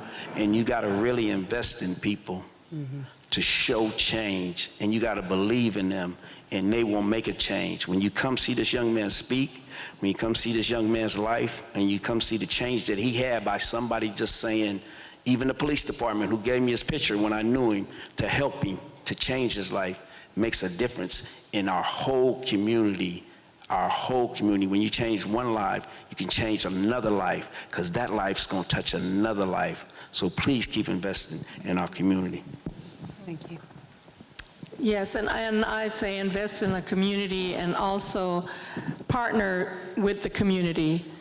Don't always have the community looking for you. Look for us, seek us out, because the community wants to support you in every way we can, and sometimes that means help money come to programs, or getting somebody to fund different things, some things that maybe you can't do that the community can do. And if you have partnership with the community, then we're all in this together, because it's our loved ones as well as your loved ones who are being victims of violence out there. And we didn't talk about illegal dumping, but all of that stuff goes together to keep our cities clean and free of violence. free of people coming in and thinking that they can come from anywhere else and do what they want to do in your town. You need community support, and you also need community intervention, and you also need to the partnership. Thank you. Andrew. Okay. Time? Okay, I'll do it quick. Man, stop sending y'all folks to stock. No, I'm playing. Like, man, I'm just messing San with Francisco. Yeah, no, I'm messing with you, but yeah, maybe Lodi, Lathrop, Right. we'll stop right there. Like, give Stockton a little break right now. But no, definitely, I got to thank the Oakland Department of the Office of Violence Prevention. When they do send somebody or they need some help, they reach out. I love that, like how we communicate. So that's where we need to do, hey, this person's coming over, high risk. These are the supports we have for him. Can you help him out? Like, his baby mama lives here, he's over here. So just that communication is what you need. So we know how to really navigate the situation. And we're all family in here. If you're really doing this work, we're family in here. So we have to reach out. We have to be real. We have to be willing to do this work at any moment. Someone called me last year. I was on the beach of Oahu, North Shore. And he said, hey, my little cousin's gonna get killed. He needs help. Wife's looking at me mad. I'm like, well, this is what it takes. You know what I mean? You're gonna go horseback riding later, you'll be okay, cool, you'll be cool, but this young man needs help. So long story short, I was able to call my team, they handled it, but that's what it takes. You gotta be willing to go all in at any moment. And we should all have each other's phone numbers. So when one of these community members need to get, you talked about dumping, we just don't dump our problems on somebody's doorstep. You know what I mean? No, we're gonna bring them there, but we're gonna bring resources, and then you guys trusting us that we have resources as well to take care of your loved one. Great. Thank you all. Can we give a big hand clap for this panel? Thank you all. Hi, I'm Greg Fidel. I work with Brady on our Combating Crime Guns initiative. I base here in California. I cover this region, and it really is also an additional pleasure for me to be here today. My family lives in this community. My sister raised 2 beautiful nephews in this community, and I've always cared very deeply about Oakland. So it really is a pleasure for me to be here today with so many tremendous leaders in this region. So, first thing to say about Brady is this is the oldest gun violence prevention organization in the whole nation, right? And Brady does many, many things. Today, what I'm gonna be focused on is that middle pillar, right? What you see as changing the industry, changing the gun industry, okay? So I have colleagues who are doing amazing policy work. I have colleagues that are doing culture change work in Hollywood and in different avenues like that. But my focus primarily, and what I'm gonna be discussing today, is on the firearm industry itself. Because if I ask this room, what are the root causes of gun violence? You might say poverty, you might say lack of universal health care, lack of educational equity, all of these things. But maybe the gun industry itself wouldn't be the first thing that comes to your mind, right? But we should be clear. There is a $1 billion industry with not much regulation, not much oversight, that's flooding the streets with guns every single day in this country, right? And if the federal government is not going to step in and do what's needed to regulate this industry, then Brady is going to step up and do our best to do that work. So these are just some of the facts that make us act. These will all be familiar to folks in this room. Different things here will resonate with different people, right? But what's important to say about all these facts you see on the screen is that 100% of them are preventable. We do not need to accept any of this as natural or inevitable or a part of our daily lives in this country, that we have the power to change all of these things. So when we're horrified by the news and the shootings that we're seeing happening nearly every day in this country, it's just really, really important to frame this as 100% preventable, right? And we'll get into the solutions and strategies that Brady is using to take this on and to prevent gun violence in this country and to free America from gun violence. But again, the framing here that I just want to lead you all with is that we can change all of this. Many folks in this room are already doing that, of course, in really amazing ways in the CVI space and through law enforcement and different strategies. But again, it's just important to know this is all preventable and we will change it in this country. So I'm assuming everyone probably knows, because it's been mentioned today, and it's just part of our discourse at this point, that the #1 cause of death for children in this country are firearms, gun violence, right? And it's a very somber thing to say and a somber thing to reflect upon, right? But you also have to look at this then, as Mayor Lee was talking about earlier and some of my colleagues, in situating this in a public health framing and using a public health lens to look at preventing and reducing gun violence. And so what does that mean, to say something is a public health crisis? Because I think it's far too important of a concept not to really flesh it out and define it and explain it, or just let it become like a buzzword. This is public health, let's use a public health lens. If you just say it but don't really get into defining it and fleshing it out, I think we're leaving a lot on the table. Because to me, when I think of a public health crisis, when you look at something through that lens, it opens up so many more tools and strategies and resources beyond just saying, let's call the cops, let's send everybody to prison, and that'll solve the problem, right? Clearly that latter approach is not working, has not worked for generations, especially in communities of color across this state and across the nation. But when we look at this as a public health crisis, and looking at it through that lens, you start to look at things in a different way. So, just for an example to think about that, diabetes is a public health crisis in this country. Nearly 35 million Americans, adult Americans, have diabetes, right? And if someone has diabetes, you would never think the strategy is to punish them for that. You wouldn't think that we should make sugar illegal, right? You'd think that the response is public education, helping folks make healthier decisions with their lives. What is the source of that? Why are you overeating? What are these other things that are going into it, right? And that's what a public health approach unlocks. Different strategies and approaches and tools here, and that's what we're trying to bring to the conversation when we're talking about the GVP movement, right? Gun violence prevention. We're saying this is a public health crisis, and we need new innovative approaches here to solve this problem, because again, that over-reliance on policing and incarceration has failed too many communities for too long. And beyond the moral failure, it's a very expensive failure for California each year to be investing in, right? So to send one person to state prison for 1 year in California costs the state over $130,000 for 1 year of incarceration. And then you can look at the recidivism outcomes and different things, and you can understand this is not a good investment. This is not keeping us safer. We need to try new approaches, new strategies, and that's what Brady is working on in our Combating Crime Guns initiative.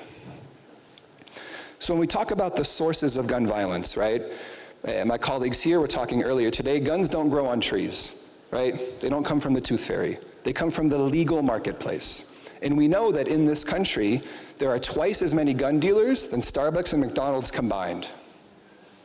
So think about your community on your way home today, how many Starbucks you see and McDonald's you see. Think about the whole country.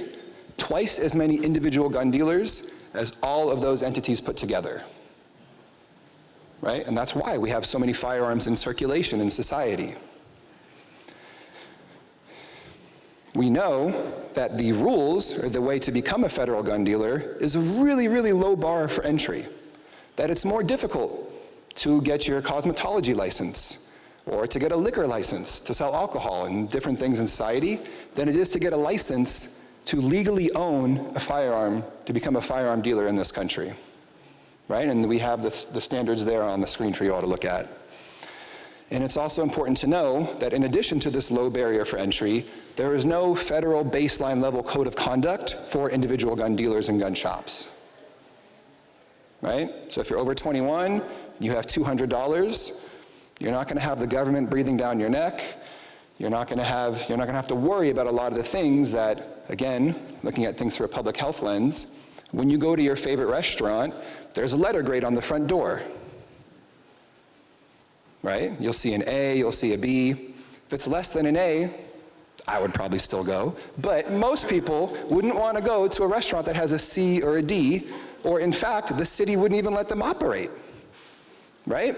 Where I live in Los Angeles, I was at a corner store the other day, and they had a sign up where they were selling cigarettes, and it says basically that they got caught for selling to minors and that they have a 6-month ban on selling cigarettes at this store, right? because the government has a very strong prohibition for minors to be buying and smoking tobacco, right? And if a store is caught selling to minors, the city steps in. They give them a penalty. They remove their ability to keep selling those cigarettes for that 6-month period. That sort of common sense oversight and regulation does not exist over the gun industry, right? They have free reign to sell as much of their goods as they want, and for them, the incentive is profit, not safety, right? So again, going back to thinking about root causes approach, what is the root cause of gun violence in this country? It's layered, it's varied, but the gun industry itself is profiting off all of this violence, and we can do things about that to put these safeguards in place to improve collective safety for all of us. So again, this is the department that I work at, Brady, our Combating Crime Guns initiative, very innovative. We do different work across the country in different regions. I have colleagues in the Midwest, I have colleagues in the Mid-Atlantic, but here in California, we're really focused on a sort of a three-pronged approach, right? Educating communities, like we're doing today with this presentation, right? Reforming the gun industry itself, but crucially holding them accountable. So, and we'll talk about some of the data in a moment that we have access to in California, right? But in California, because of our Attorney General, because of our Department of Justice and legislation that Brady sponsored in our state capitol, we can tell you on a very granular level, down to your zip code, where the guns are coming from, right? California has the gold standard of data transparency over the gun industry in the whole country. And I would say if you live in 49 other states outside of California, you'd have a really, really hard time answering that very basic question of where are the guns coming from. So if you all were some of the folks who can get the swag bag when you came in today, we have t-shirts. The t-shirts say, where are the guns coming from, right? Because that's what we're trying to get folks to think about, that every time you see a shooting in the news, you'll see a focus on the shooter, focus on the victim, but very rarely, if ever, do you see folks asking about, well, where did the gun come from? Which individual dealer is profiting off of all of this violence? Right? And the data we have in California will show you it's the same bad dealers, that subset, that's fueling this crisis every single year, right? And we'll get on into all of that in a moment, but it's just important to understand that a lot of this work ostensibly is being done by the federal government right now through the ATF, the Bureau of Alcohol, Tobacco, and Firearms, but in reality, they're not doing that work. So California's Department of Justice is stepping up, right? We know cities are doing a lot of innovative work, again, like we just heard on the prior panel, but it's not enough because we're not really going to the root cause of the problem, which again, is the unregulated gun industry itself. So for Brady, in addition to looking at this as a public health crisis, it's also very obviously a racial justice issue, right? And that's the work that we're focused on, because we know, in addition to all the data we have access to and the reports that we put out and, you know, for the community, we know that the vast majority of gun dealers in this country are white-owned businesses, right? So where we're sitting here today in Oakland, there are 0 gun dealers in Oakland city limits. Across the water, there's 0 gun dealers in the city of San Francisco, right? But there are levels of gun violence in both of these communities. Begs the question, where are the guns coming from then? Right? And we know, especially with Oakland where we're sitting here today, that the guns that are ending up on the streets here are fueled by dealers in the adjacent suburban communities, which again are majority white-owned businesses. In California, that number is 86% of gun dealers are white-owned businesses, right? Not living in the black and brown communities they flood with guns, right? But profiting off all of that violence. So again, this is very clearly a racial justice issue, and that's the framing and the work that we lead into in the Combating Crime Guns initiative, because it's too important to overlook these stats, right? And again, there's not going to be attention on this in the media or through the federal government, but that's the framing that we lead with our work. So you've heard this number already cited a few times today. I'll just say it again. 5% of crime guns that are recovered by law enforcement across this country, I said that backwards. 90% of crime guns, right, that are being recovered across the country can be traced back to 5% of dealers, right? That 590 number is something that we cite in all of these spaces when we're going to different conferences and venues speaking with folks, right? Because it really helps you understand that when we spoke earlier about the large number of gun dealers in this country, right?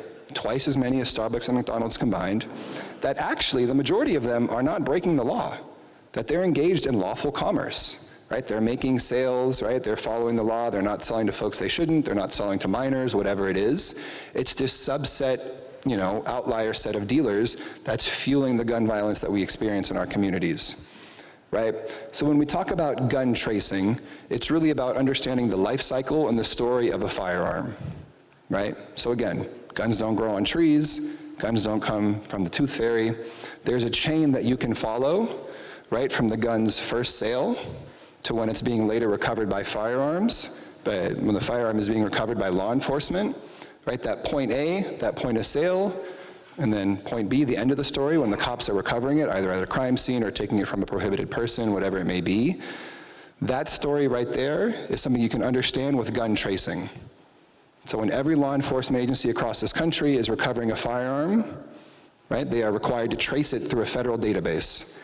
And they know this gun was sold at this dealer at this time, later recovered on this date in this location, right? That gun tracing story helps us get to the root of who's selling all these firearms, who's profiting off all the violence, and what can we do about it? So we have an annual report in California that I mentioned earlier, the Crime Guns Trace Report, put out by our Attorney General and Department of Justice here. It comes out in July of each year. This is the report that Brady relies on to give us these really granular looks at where the guns are coming from in California. We can make that available and we can talk offline with folks. We do presentations to different communities. We'd love to come work with you folks as well. Because again, we can tell you down to your zip code where the guns are coming from in California. Right? And once you can identify, then you can begin to reform. But if you can't get to that identification, it's going to be hard to unlock those next steps. So, because of time, I'm just going to move quickly here. As you all know, Oakland at a glance has seen a precipitous fall in the crime rates here. Right? There's amazing work with ceasefire and stuff that'll be mentioned a little bit in here as well. We are moving forward in this city in really, really tremendous ways.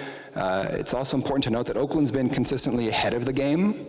Right? So as a state capital and the state legislature can be slower to pass bills and adopt things, Oakland has consistently been ahead of the game. Whether it's ghost guns or other city ordinances that Oakland has passed, they've always been ahead of the game, and that's why we've helped to see the reduction here. So this is an example here of some local activism that has worked in terms of the gun industry itself. This is a dealer in Culver City, California, near where I live in LA. Just a long-standing prolific dealer of guns that are being recovered on the streets, right? So you can see over the prior decade, it was nearly 1,200 crime gun recoveries. This gun store was located 2 blocks from an elementary school and 1 block from a mosque. So I'll just show the picture here so you can see the tremendous win. Basically, there was a local coalition called Culver 787 because it was 787 feet from the school. They put tremendous pressure on their city council. We will not accept this dealer in our neighborhood. We will not accept this irresponsible, negligent behavior.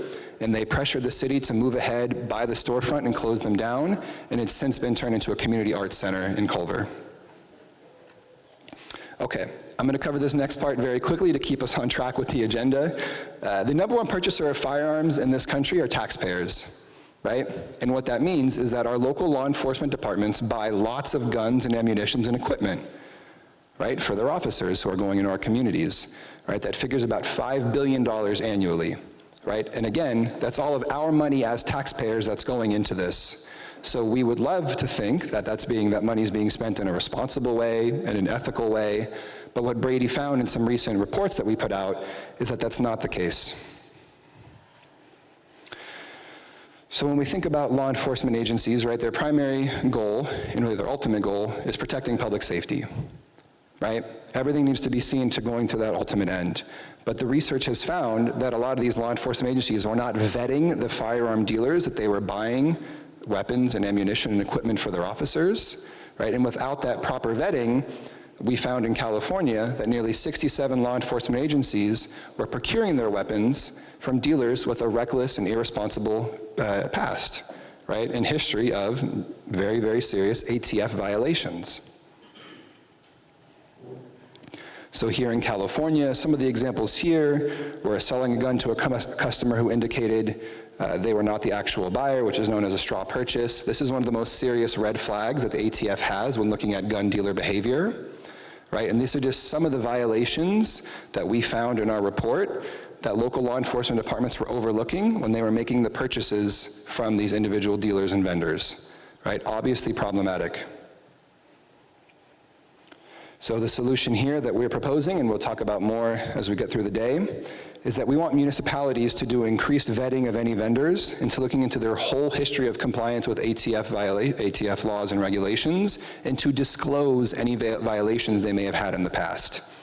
Right? We know that governments can then use the power of the purse string, right? They can use their purchasing power to influence compliance and influence better behavior from this industry.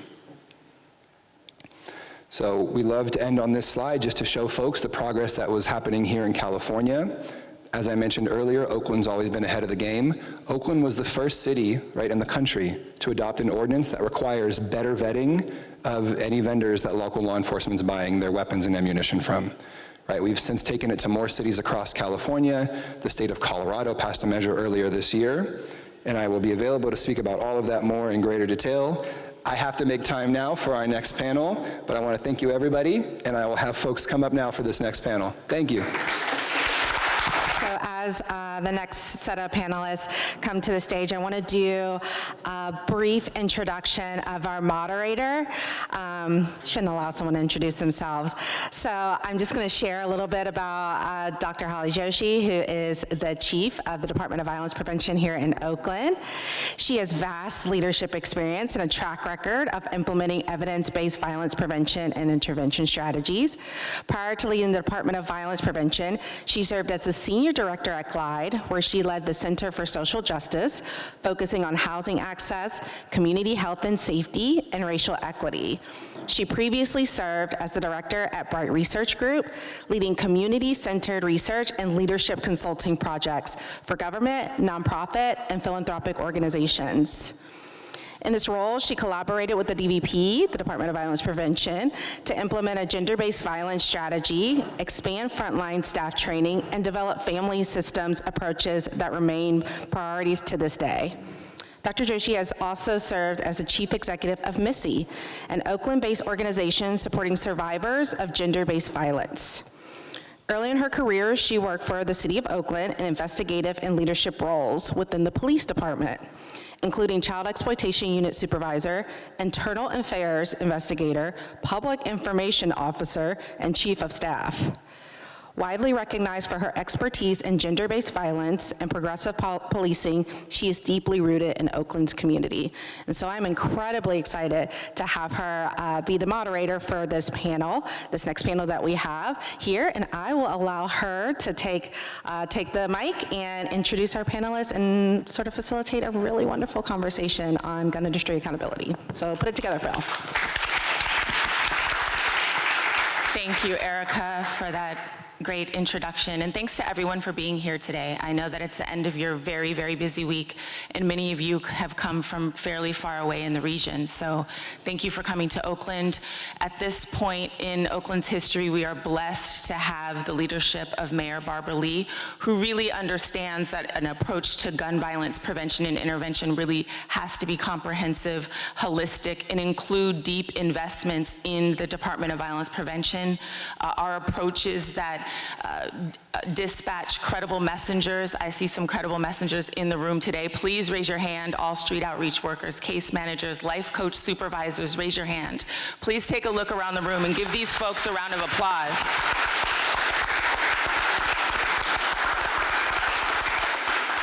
We're up here today for this panel to talk about data, policy, tracking, getting at the root causes of gun violence, but I want to recognize the frontline staff in the room that are putting their lives on the line day in and day out to deal with the repercussions of gun violence and of a completely unregulated system of gun sales in this country. So one more round of applause for the frontline staff.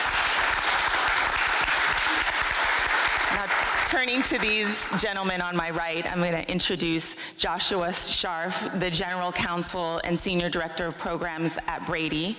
Having previously represented victims of gun violence and lawsuits against the gun industry, Josh brings a specialized perspective to Brady's program team. He leads Brady's Combating Crime Gun programs, which focuses on gun industry oversight and reform to curtail the flow of guns into impacted communities. As part of this work, Josh also leads Brady's government transparency projects and advocates for gun violence prevention legislation and initiatives. His resume is impressive, so bear with me.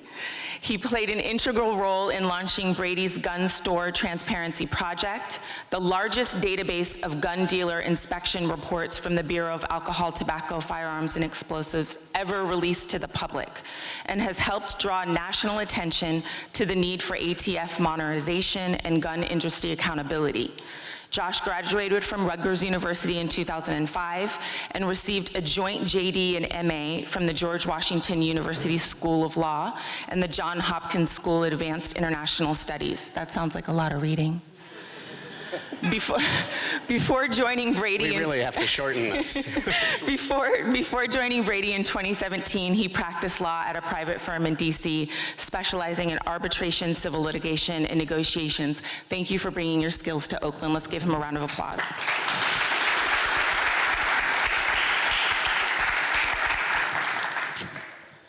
Lieutenant Gabriel Urquiza from the Oakland Police Department has worked in public service for a combined 16 years between military and law enforcement. He's excelled in the positions he's had, and he's had the opportunity to work, and takes pride in the ability to use his knowledge gained from each position while learning and adapting to the next. Oh, I'm gonna have a hard time. I was already thinking I needed my reading glasses, but now this is high expectation. Thank you. Almost, we're almost there. Okay, yes, ma'am.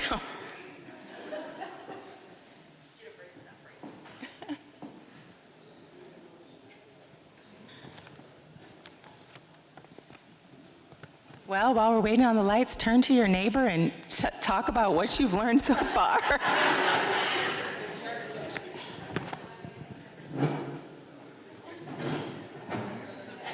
Oh.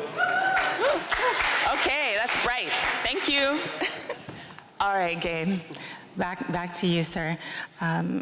Gabe was sworn in as a police officer at the Oakland Police Department, the city where he was born and raised. While in his role as a ceasefire gang investigator, he had the opportunity to lead multiple large-scale investigations that led to the prosecution of numerous violent criminal street gang groups and the safe recovery of dozens of illegal firearms.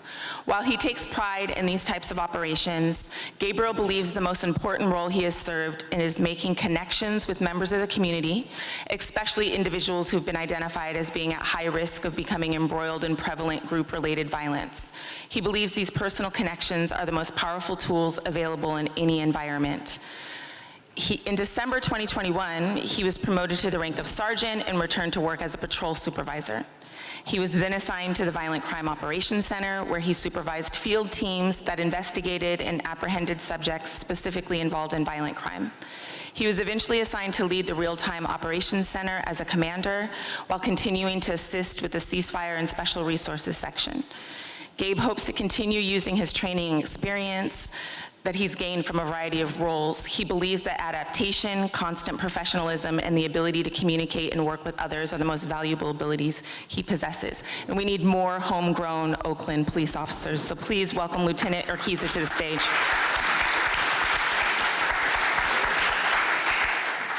So just for a little bit more framing, as we learned during the previous presentation, taking an upstream or supply-side approach to gun violence intervention is another tool to reduce violence in our cities.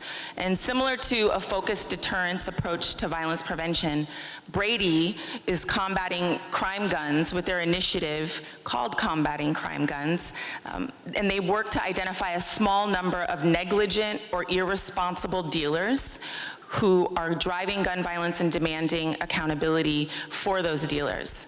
The gun industry, as we've heard all day, is profiting from the on-the-ground violence in US cities that we are all left to pick up the pieces around.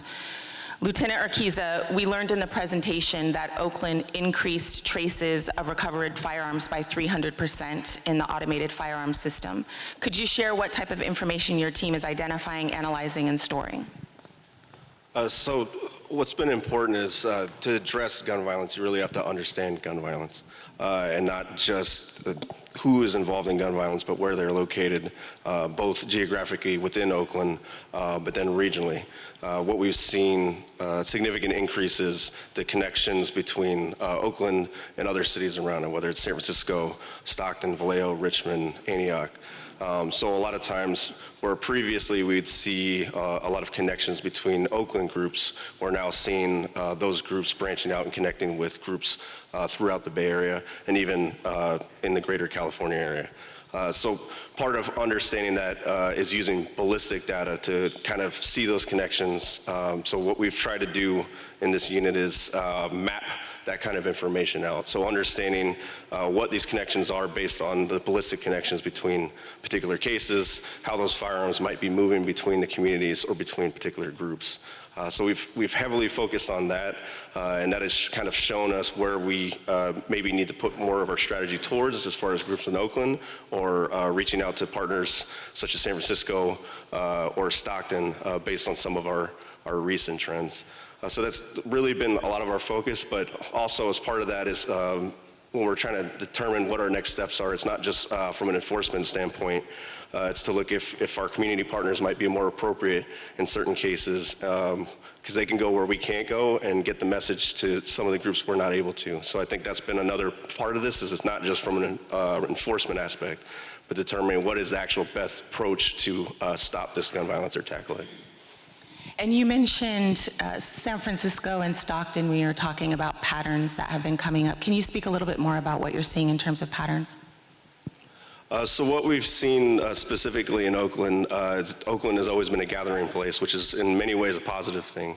But what we've also seen is that's attracted some of the groups that maybe not necessarily are able to be in the areas where they had historically been, but feel comfortable coming to Oakland, which is something that we've tried to address. But what we've seen is now deeper, much deeper connections between some of our historical larger groups or gangs in Oakland, then branching out and making partnerships with some of these groups throughout the Bay Area. In San Francisco, we've seen that more heavily, and we're seeing that kind of tracking that information through analyzing ballistic data. Thank you. And what resources do you feel are required to continue or deepen your capacity to follow the patterns?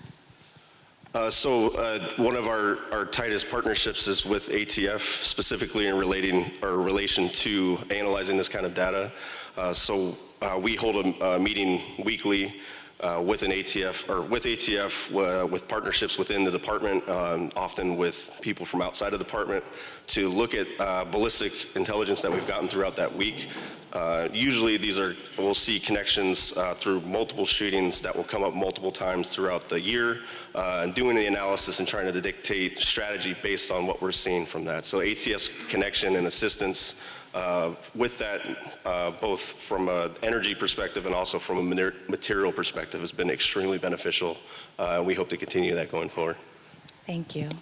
And for Josh, Lieutenant Urquiza is talking about the data and the tracing that OPD is able to do. So for you, gun tracing and data transparency in general is the way that the Brady is tackling gun violence epidemic. So what types of data provide a clear picture of who you need to focus on in terms of gun dealers? Is any of the tracing and data gathering that Lieutenant Urquiza has described here supportive to your larger efforts to go after gun dealers or to support policy change? Yeah, thank you for the question. And thank you to everyone for having me today. It's really, if I can start and just say, it's really wonderful to see so many people here with so many different backgrounds, bringing their specialties and their expertise and their lived experience to the table, because that's what we really need to solve gun violence, and we need all of those people working together and in concert, and that's how we're going to make a difference. We do a lot with data in our supply side approach, and I think for one of the panels that we heard earlier, a little bit more about the focused deterrence, some of the strategies I'll describe should be very familiar, right? In terms of identifying a small subset, and as Greg said in the last presentation, the 5% of gun dealers that are supplying 90% of crime guns, right? We're identifying a small subset of dealers or characteristics that might make a particular dealer more likely to be a problematic dealer, right? And then we want to focus resources in reforming that dealer, or if they are unable or unwilling to reform, for them to lose the privilege of selling firearms to the public. And I think it's also, to what Lieutenant Arquiza was saying earlier, there's another strategy, another data strategy that's not too dissimilar, is looking for these patterns and these practices. How are guns being diverted from the legal market and flooding our communities? We know, right, that most gun dealers sit outside of our urban centers, outside of cities, that they tend to sit in more white and affluent communities, yet the overwhelming disproportion of gun violence, of gun crime that is happening in our black and brown communities and cities. So how are we looking for patterns and practices in trafficking of how these guns are diverted? And we try to combine that. So forgive me, I'm a lawyer by training, right? I like to enumerate things. So I think there's 3 categories of data that we are particularly interested in. The first, right, is trace data, right? When firearms are recovered by law enforcement, they are recovered through that they're recovered and then traced through that national system. And we can learn a lot from trace data about who are the small number of dealers that are flooding our communities with crime guns. And of course, it's not as simple as just looking at numbers, right? You wanna also control for indicators in the data of trafficking, right? It was mentioned earlier before, there's something called time to crime, the time that has elapsed from when a gun is sold at a dealer and when it is recovered by law enforcement. And a short time to crime, which ATF has long defined as 3 years or less, is an indicator that that gun was intentionally purchased to be trafficked or criminally misused. You also want to look at the mismatch between the possessor and the, and the purchaser, right? Or if that gun came from out of state, and a whole variety of different indicators in the data that really help you zero in on the patterns of gun trafficking and gun diversion. Second category of data is about gun dealer compliance, right, with the law. And let me be clear. Following the law for a gun dealer is the bare minimum. And it's actually not even enough in most places because the law isn't strong enough, right? And the law can never cover every situation, right? So we need responsible gun dealers that are evaluating situations and saying, hey, this doesn't feel right. Right? And we want to look at inspection reports, right? These might be federal inspection reports here in California where there's a more vibrant state inspection system. We want to look at that. And also here in California and some other places, there's the ability for local inspections by local law enforcement. What is a gun dealer doing? And then the third category, which you got to be really creative in how you get this, is what are the gun dealers' business practices, right? Are they responsible sellers of firearms, or are they clearly prioritizing profit over public safety? You know, we can get a lot of this information from court documents, from filings. You can ask. Some of the procurement reform that Greg was talking about earlier actually is built in to ask gun dealers, do you train your employees, right? What do you do to screen for straw purchasing or trafficking, right? And you can gather information that way.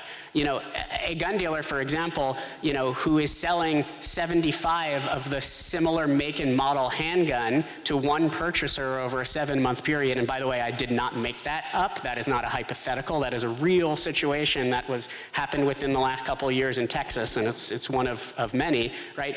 That's a red flag right there. That is a dealer that does not really care for the public safety and continues to allow these sales to go through. So we're looking at those 3 categories: compliance, tracing, and gun dealer behavior, and that's how we pull our information together. And really importantly, it's important to do that right at the national level. That's great. At the state level, it's been really insightful what California has been doing with the report.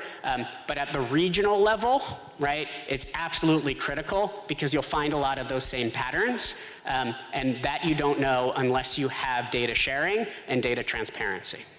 Thank you for that. And I have a lot of follow-up questions that we agreed to about data and transparency here, but you said something really interesting, and I want to go off script for a moment if you don't mind. So I completely agree, that I'm sure most gun dealers are following the law, and as you pointed out, the law isn't even strong enough in most places, so that's not enough. I do want to know what you know and what you've uncovered in your work about who the bad actors in gun dealing are, because I think in addition to Black and brown and inner city communities having to suffer under the weight of gun violence, we also bear the burden of the narrative, the news cycle, the blame of gun violence, and the root cause of gun violence is often also thrust on the shoulders of inner city communities. And gun dealers, this 5% that you're talking about, I've never seen a news story about who they are. It sounds and seems like they just do this under cover of night. There's never really any exposure. So can you just pull open the sheets a little bit here and let us know who are we talking about and what do they look like? Are they large companies, small mom and pops companies? Who are we talking about? I love that question. And first of all, let me start with saying this should be a lot easier, right? This should be a lot easier. This data exists. It's out there. There's really an incredible database at ATF, right, that centralizes it, and you can splice that information all different ways. But the gun industry doesn't like the narrative that data tells. And they haven't liked it for years. So actually 25 years ago, and Mayor Lee mentioned this earlier, because she was, when in the House, was leading for the repeal of this, the gun industry got a little bit, a small rider attached to an appropriations bill called the Tiahrt Amendment, named after Todd Tiahrt, who was the representative that carried it. And the Tiahrt Amendment basically attempted to hide all of this data from the public, right? So the data exists, and it's really, really hard to get that data if you are not law enforcement or if you are not ATF. And that's a shame, because if we really want a public health solution here, and you really want to trace these guns back to the sources, and that data is sitting there, the fact that it's not accessible to researchers, that it's not accessible always to policymakers, it's not accessible to communities, it's not accessible to victims and survivors of gun violence, and advocacy organization is really a travesty that's not talked about. But the gun industry was really effective, because when you shut down this data, you shut down that narrative, right? And that means that the community is going to bear the burden, and that means that the gun industry, which should be bearing the burden, is in, as you very aptly put it, the shadows, right? So we believe, right, it's not my quote, it was some famous Supreme Court justice at some point said, sunlight is the best disinfectant. So that's why we put a lot of effort into this. We've had a lot of creative ways of being able to get this data, right? There's been different programs that ATF has been able to get. We've gone to court, we've sued, we've won. We have a lot of this data, and we are trying to publicize it as much as we can. I will tell you that some of the largest crime gun sellers 25 years ago, they're the same today. There's incredible overlap. So we've had 2.5 decades of the same dealers flooding our communities with crime guns. And we've been able to start telling the story with the more data that we're getting. They're out there. We actually just did a big report and found that not all chains are created equal. The largest seller of guns in this country, the largest chain, doesn't have actually a single gun dealer on the top 2% list, right? And that's really impressive, because there's other chains, right, that might have 70 locations, and 60% of their stores are on that list. But we also see a lot of the mom and pop stores, right? Some of them are also on the list. Happy to provide a little bit more information, but take a look at one of our reports on what we call the Demand Letter 2 program, and it actually really dives into that data and points out exactly who these dealers are and their contribution to gun crime. That's really helpful. And so in addition to taking a look at the report, what else can the folks in this room do to organize?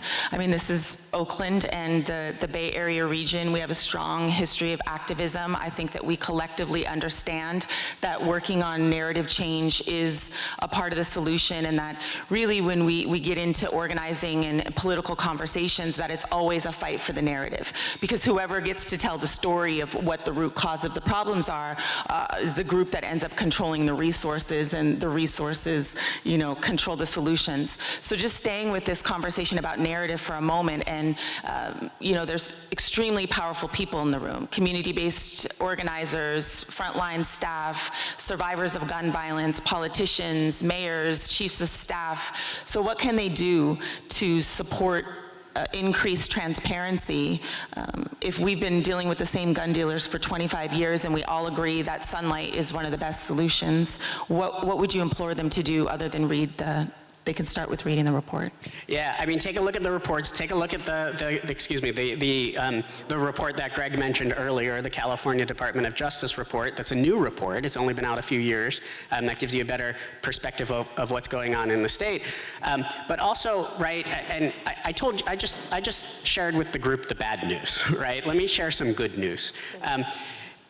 TR doesn't shut down access to all data, and I think that's really important. And you know, and frankly, what it has done is chilled the release of data because folks are scared of releasing the data when they have it, when actually they can, right? And they should.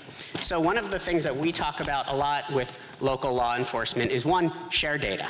Right? It's absolutely 100% clear, right? Law enforcement can always share data here in this space and aggregate it. But the second thing is be as transparent as you can. Put out local trace reports. What would a Bay Area trace report or a crime guns report look like, right? And it can include a lot of different things in there. But you know, that all starts with organizing data on the back end. That is primarily in law enforcement's hands, right? And then it involves analyzing that data, which can be a whole wide variety of folks that do that, right? And then putting out the report, which is a way of sharing narrative as well. So I think, you know, the key thing that I would say is that data exists.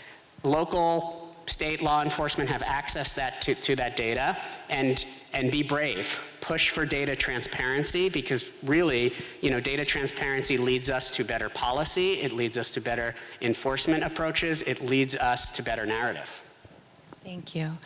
Back to you, Lieutenant Arquiza. How are you partnering with gun violence prevention advocates such as the Brady? And if not now, how might you imagine partnering with them in the future? So I guess I maybe should have started with this in the beginning, but I think our office and what we're trying to do is we're supporting the ceasefire program, and not just using ballistic data, but all of the data that we're kind of collecting. There was a time where we were so inundated with violent crime that I don't think that we were concentrating on some of the details and where we should be directing our resources. So I think we've worked a lot more to establish that connection and look at all the different data points to try to guide us as we try to address crime. And as we've seen it come down, as of this week, we had 217 shootings, which resulted in 247 injuries. But looking 2 years ago, we were dealing with over 400 shootings. So we know that we're making progress in trying to determine, okay, now where do we go? Now what's the next steps? And I think before we weren't maybe looking at this kind of holistic approach as far as outside of our state, because we've been so focused on what's going on within Oakland and the Bay Area. So there, I think, if we can continue to push violence down, then we can start looking at other avenues to address it. So yeah, I think we're eager to find those kind of partnerships, and I think we have an opportunity now if we continue our work addressing violence in Oakland. And hearing Josh talk and with all of his years of knowledge about data and transparency and using data and transparency to support policy change, are there things that you have in mind today that you would like to collaborate around? A lot of the firearms that we're finding do appear to be purchased out of state, and that's something that we've always struggled with because we have a lot of state resources, and really the resource we lean heavily upon is ATF.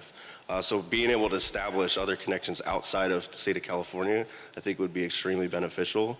One of the steps that we've taken with ATF is getting some of our members actual direct access to E-Trace so that they're able to look at that data and try to inform some of our decisions. That's not something that we had. We maybe had one or two people who had access, or we were relying on an ATF analyst. Now being able to access those systems, have a better understanding, looking at what's being inputted, looking for what are indicators that these may be straw purchased weapons. I think that's the kind of approach we've tried to take, is getting more information, being more informed, and then utilizing that to direct our strategy. Thank you. So Josh, you're hearing Lieutenant Urquiza say that he believes that the Oakland Police Department is getting closer and closer to being in a better position to collect more data and to partner with gun violence advocates. Going back to your earlier point about creating a Bay Area or a regional gun violence transparency report, what would that look like in your mind in the perfect world, and what would you need from the folks in that room to create that? Yeah, well, let me start with the second part, right? What we would need. We'd need good data sharing, right?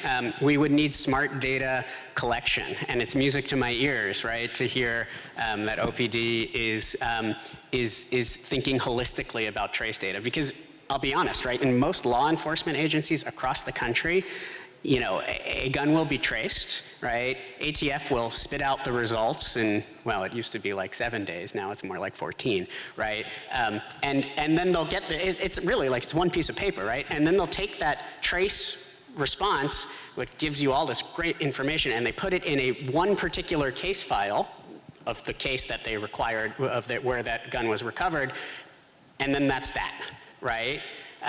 But what you need to do is be proactive, right? Okay, instead of just taking this trace request and putting it in this file, never to be seen again, right? Enter it into a simple spreadsheet, right? And then the next time a gun is traced, enter that into it. And then that's how you start to accumulate the information to see patterns and to spot issues, right? And then, you know, what we would need is that type of data collection effort, and then the data sharing piece, right? Here's what we're seeing in this community. What are you seeing in your community, right? And then bringing in someone from the outside or doing it internally to analyze that data. And I think a good crime gun trace report, right? It's going to have that trace data, but it's also going to tell the story about, you know, what are homicide requests, guns that are being recovered? How many guns aren't being recovered, right, from crimes, right?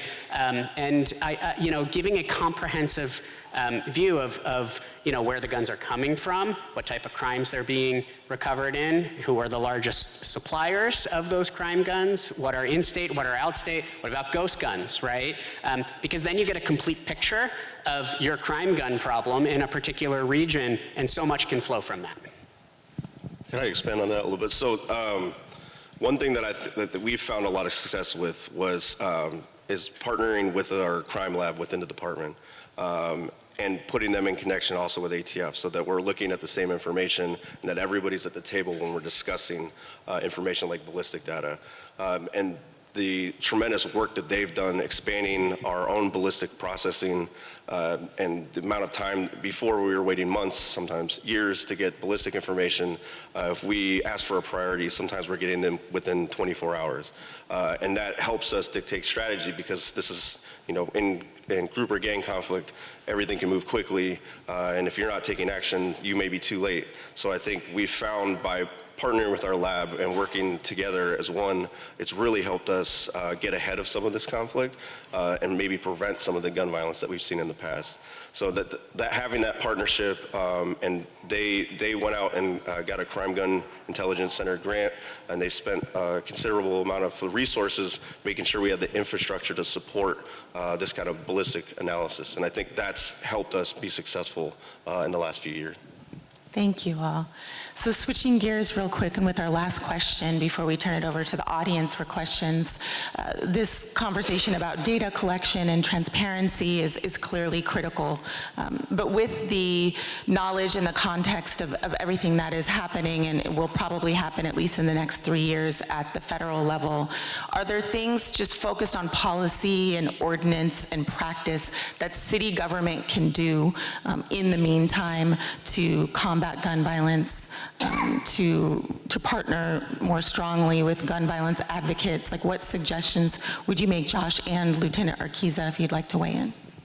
Yeah, I think, so I'll try to be as brief as possible, but we've got lots of ideas and lots of experience. I think, when we're talking about the data piece and the supply side with law enforcement, we always, talk about data transparency because law enforcement has a lot of access to that data. So that's an incredible thing that law enforcement can do for a community is make that data transparent. Second thing that we talk about, and we can talk about it here in California more than other places, is focusing enforcement resources upstream, right? And that means oversight of the gun industry. That means inspections, right? Usually, ATF, the federal agency, is the only game in town. That's not the case in California. But let me tell you what's going on at ATF right now. ATF, right, you saw the number before, over 75,000 gun dealers across the country. They've always been able to, they've always been under-resourced and underfunded, but they've really been able to, at its best, inspect about 10,000 dealers a year, which is, if you're a dealer, you expect one federal inspection every decade. That's not sufficient, right? They had about 650 or so inspectors tasked with inspecting the entire industry. They've lost 100 since January.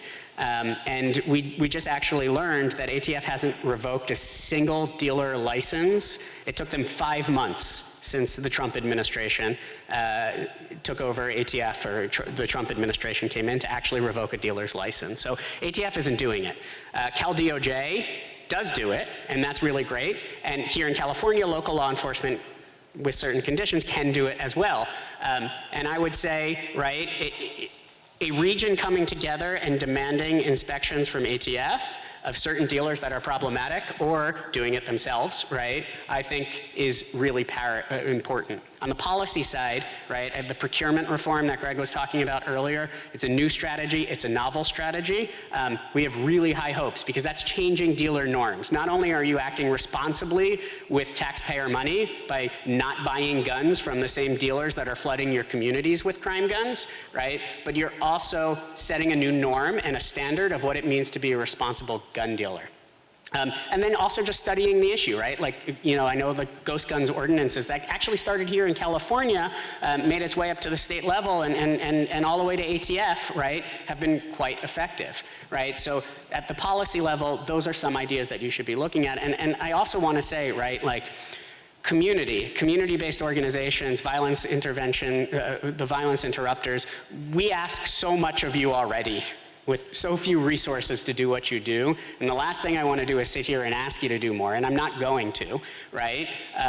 But community is the glue that holds this all together, right? I can sit on many stages and tell people data and information, right? And show them the need to act, but it's community that gets anyone, including law enforcement or their elected leaders, to actually act. So we want our CBOs to be educated on this issue. We want them to know this issue. They're also a great source of information. Every time that we actually identify, an actual dealer that's near their community that's causing problems, usually half the room is nodding or laughing because they already know that, right? Community knows so much, right? And their knowledge is so important here. So really just kind of being that glue, helping us better understand these issues, but really pushing the community, pushing your elected leaders, and pushing law enforcement and all these different stakeholders to ask is so important here. Thank you so much. And we see that we're at time and we're over time, so we appreciate everyone's attention. Do we still have time for a few questions? Yes, okay. Who's going around with the microphone in case there's questions? Please raise your hand if you have questions for Josh or Lieutenant Urquiza.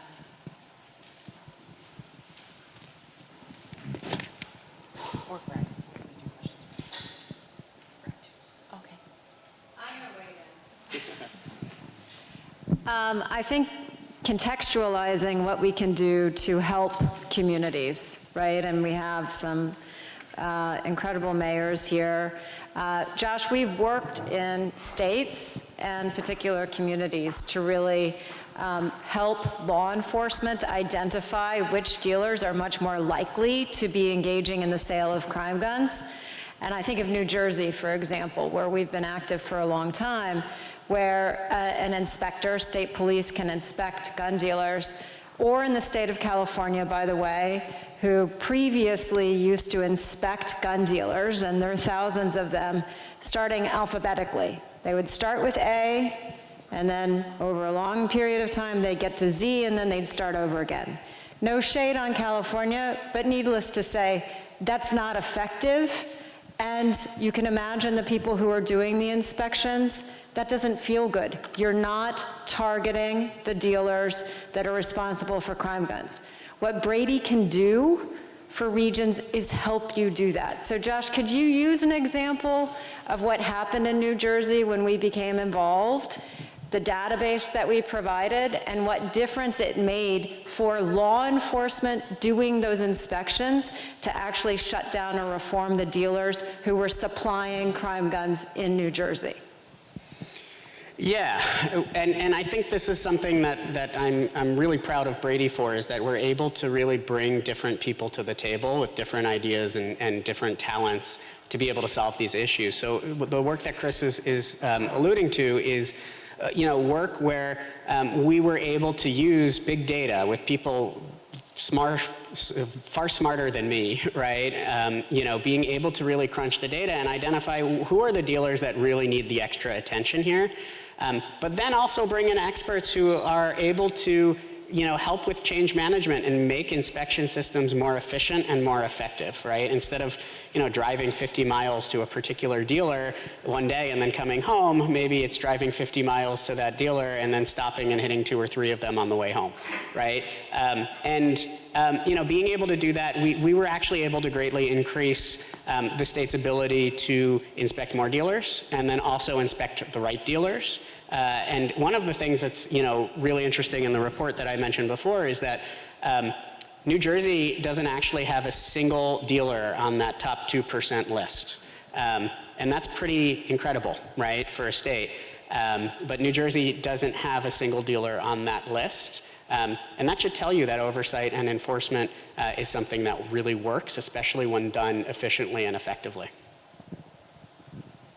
There was a discussion about what communities and community-based organizations can do.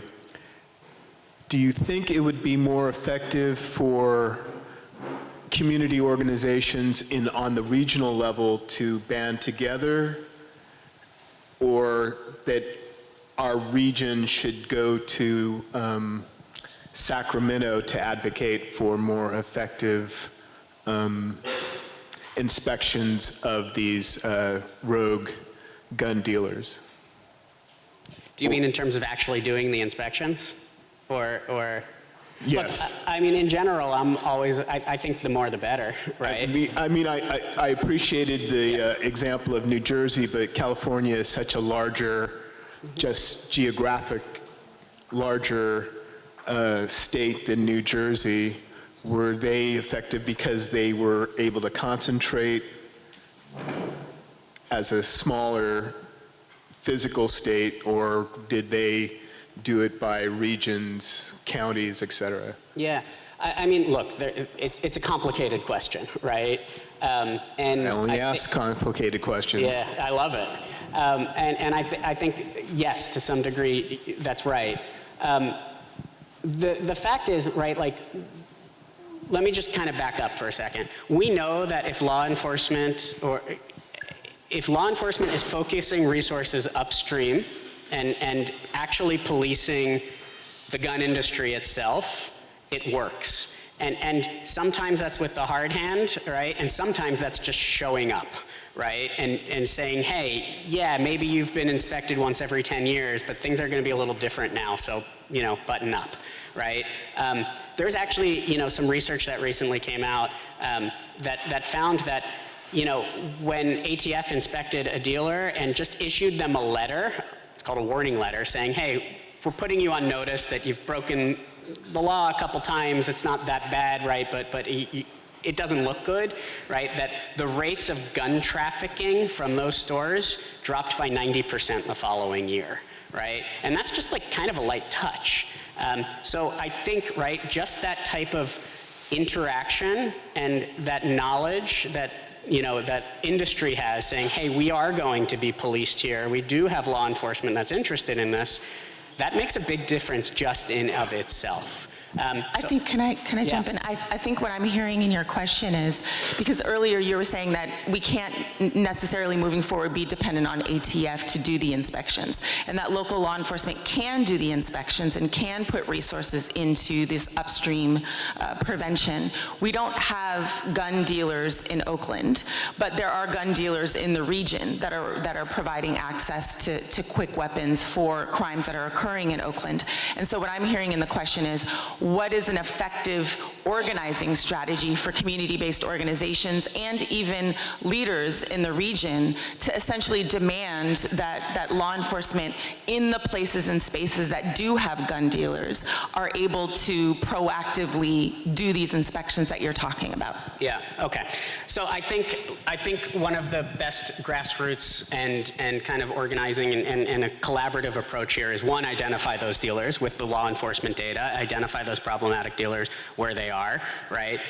I think, yes, and then band together and push ATF and also the state to make sure that those dealers are being inspected, right? Hold them accountable, ask about what those results are, and also I think, you know, there's other strategies as well that I think lawmakers may have at their disposal, right? In terms of, you know, think about creatively what type of legal action might be available to us. You know, I should say, right, in Baltimore, a gun dealer was identified that was selling tons of ghost guns that were flooding Baltimore's streets. And Baltimore worked with Brady, with our litigation team, and brought a lawsuit against that gun dealer. And believe it or not, just a couple weeks ago, we helped Baltimore get a $62 million verdict against that gun dealer. And that money is going to 3 CVI organizations in Baltimore in a fund.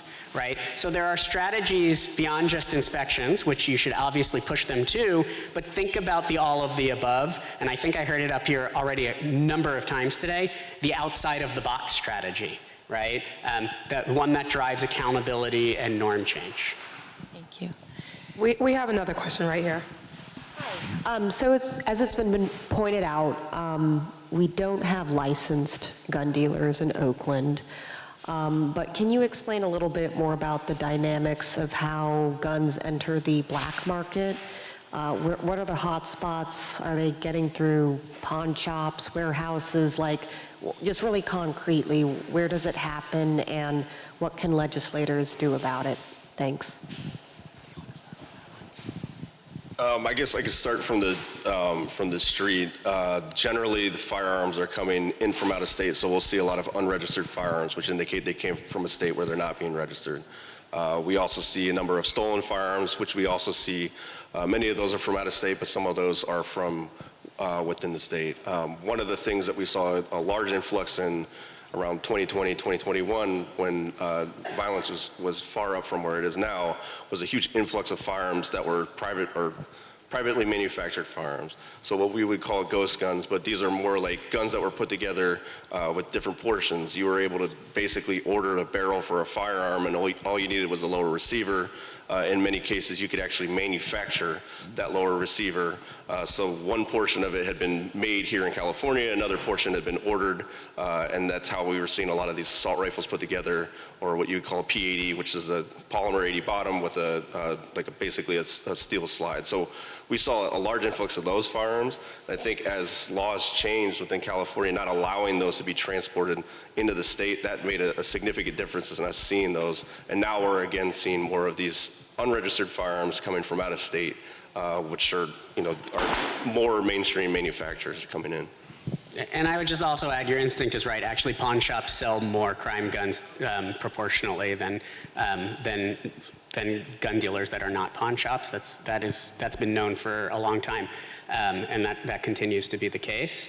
And you know, ATF has done trafficking reports nationwide. We know that unlicensed gun sellers are a huge source of crime guns, but they are getting those firearms to sell from licensed gun dealers, right? And that's really important to remember. You know, and we've also seen the rise of internet sales, right? Another rather large loophole. But again, those guns are coming from, with the exception of ghost guns, right? Those guns are coming from gun dealers, right? They are selling guns to sellers, right? You know, look, there's different definitions for each, but unlicensed sellers, traffickers, right? They're all kind of the same, right? In that they are taking guns from the legal market and they're buying them often in bulk, and then they are selling them. But you got to remember, they're all coming from the legal market. Thank you. So for all the leaders, mayors, elected officials, you heard from Lieutenant Urquiza that you all need offices of violence prevention, and you all need street outreach workers and violence interventionists in order to support reducing homicides, shootings, and gun violence in your city. With that being said, we will wrap up. We will thank our guest, Josh, Lieutenant Urquiza. Thank you so much, and I hope you all learned from this panel.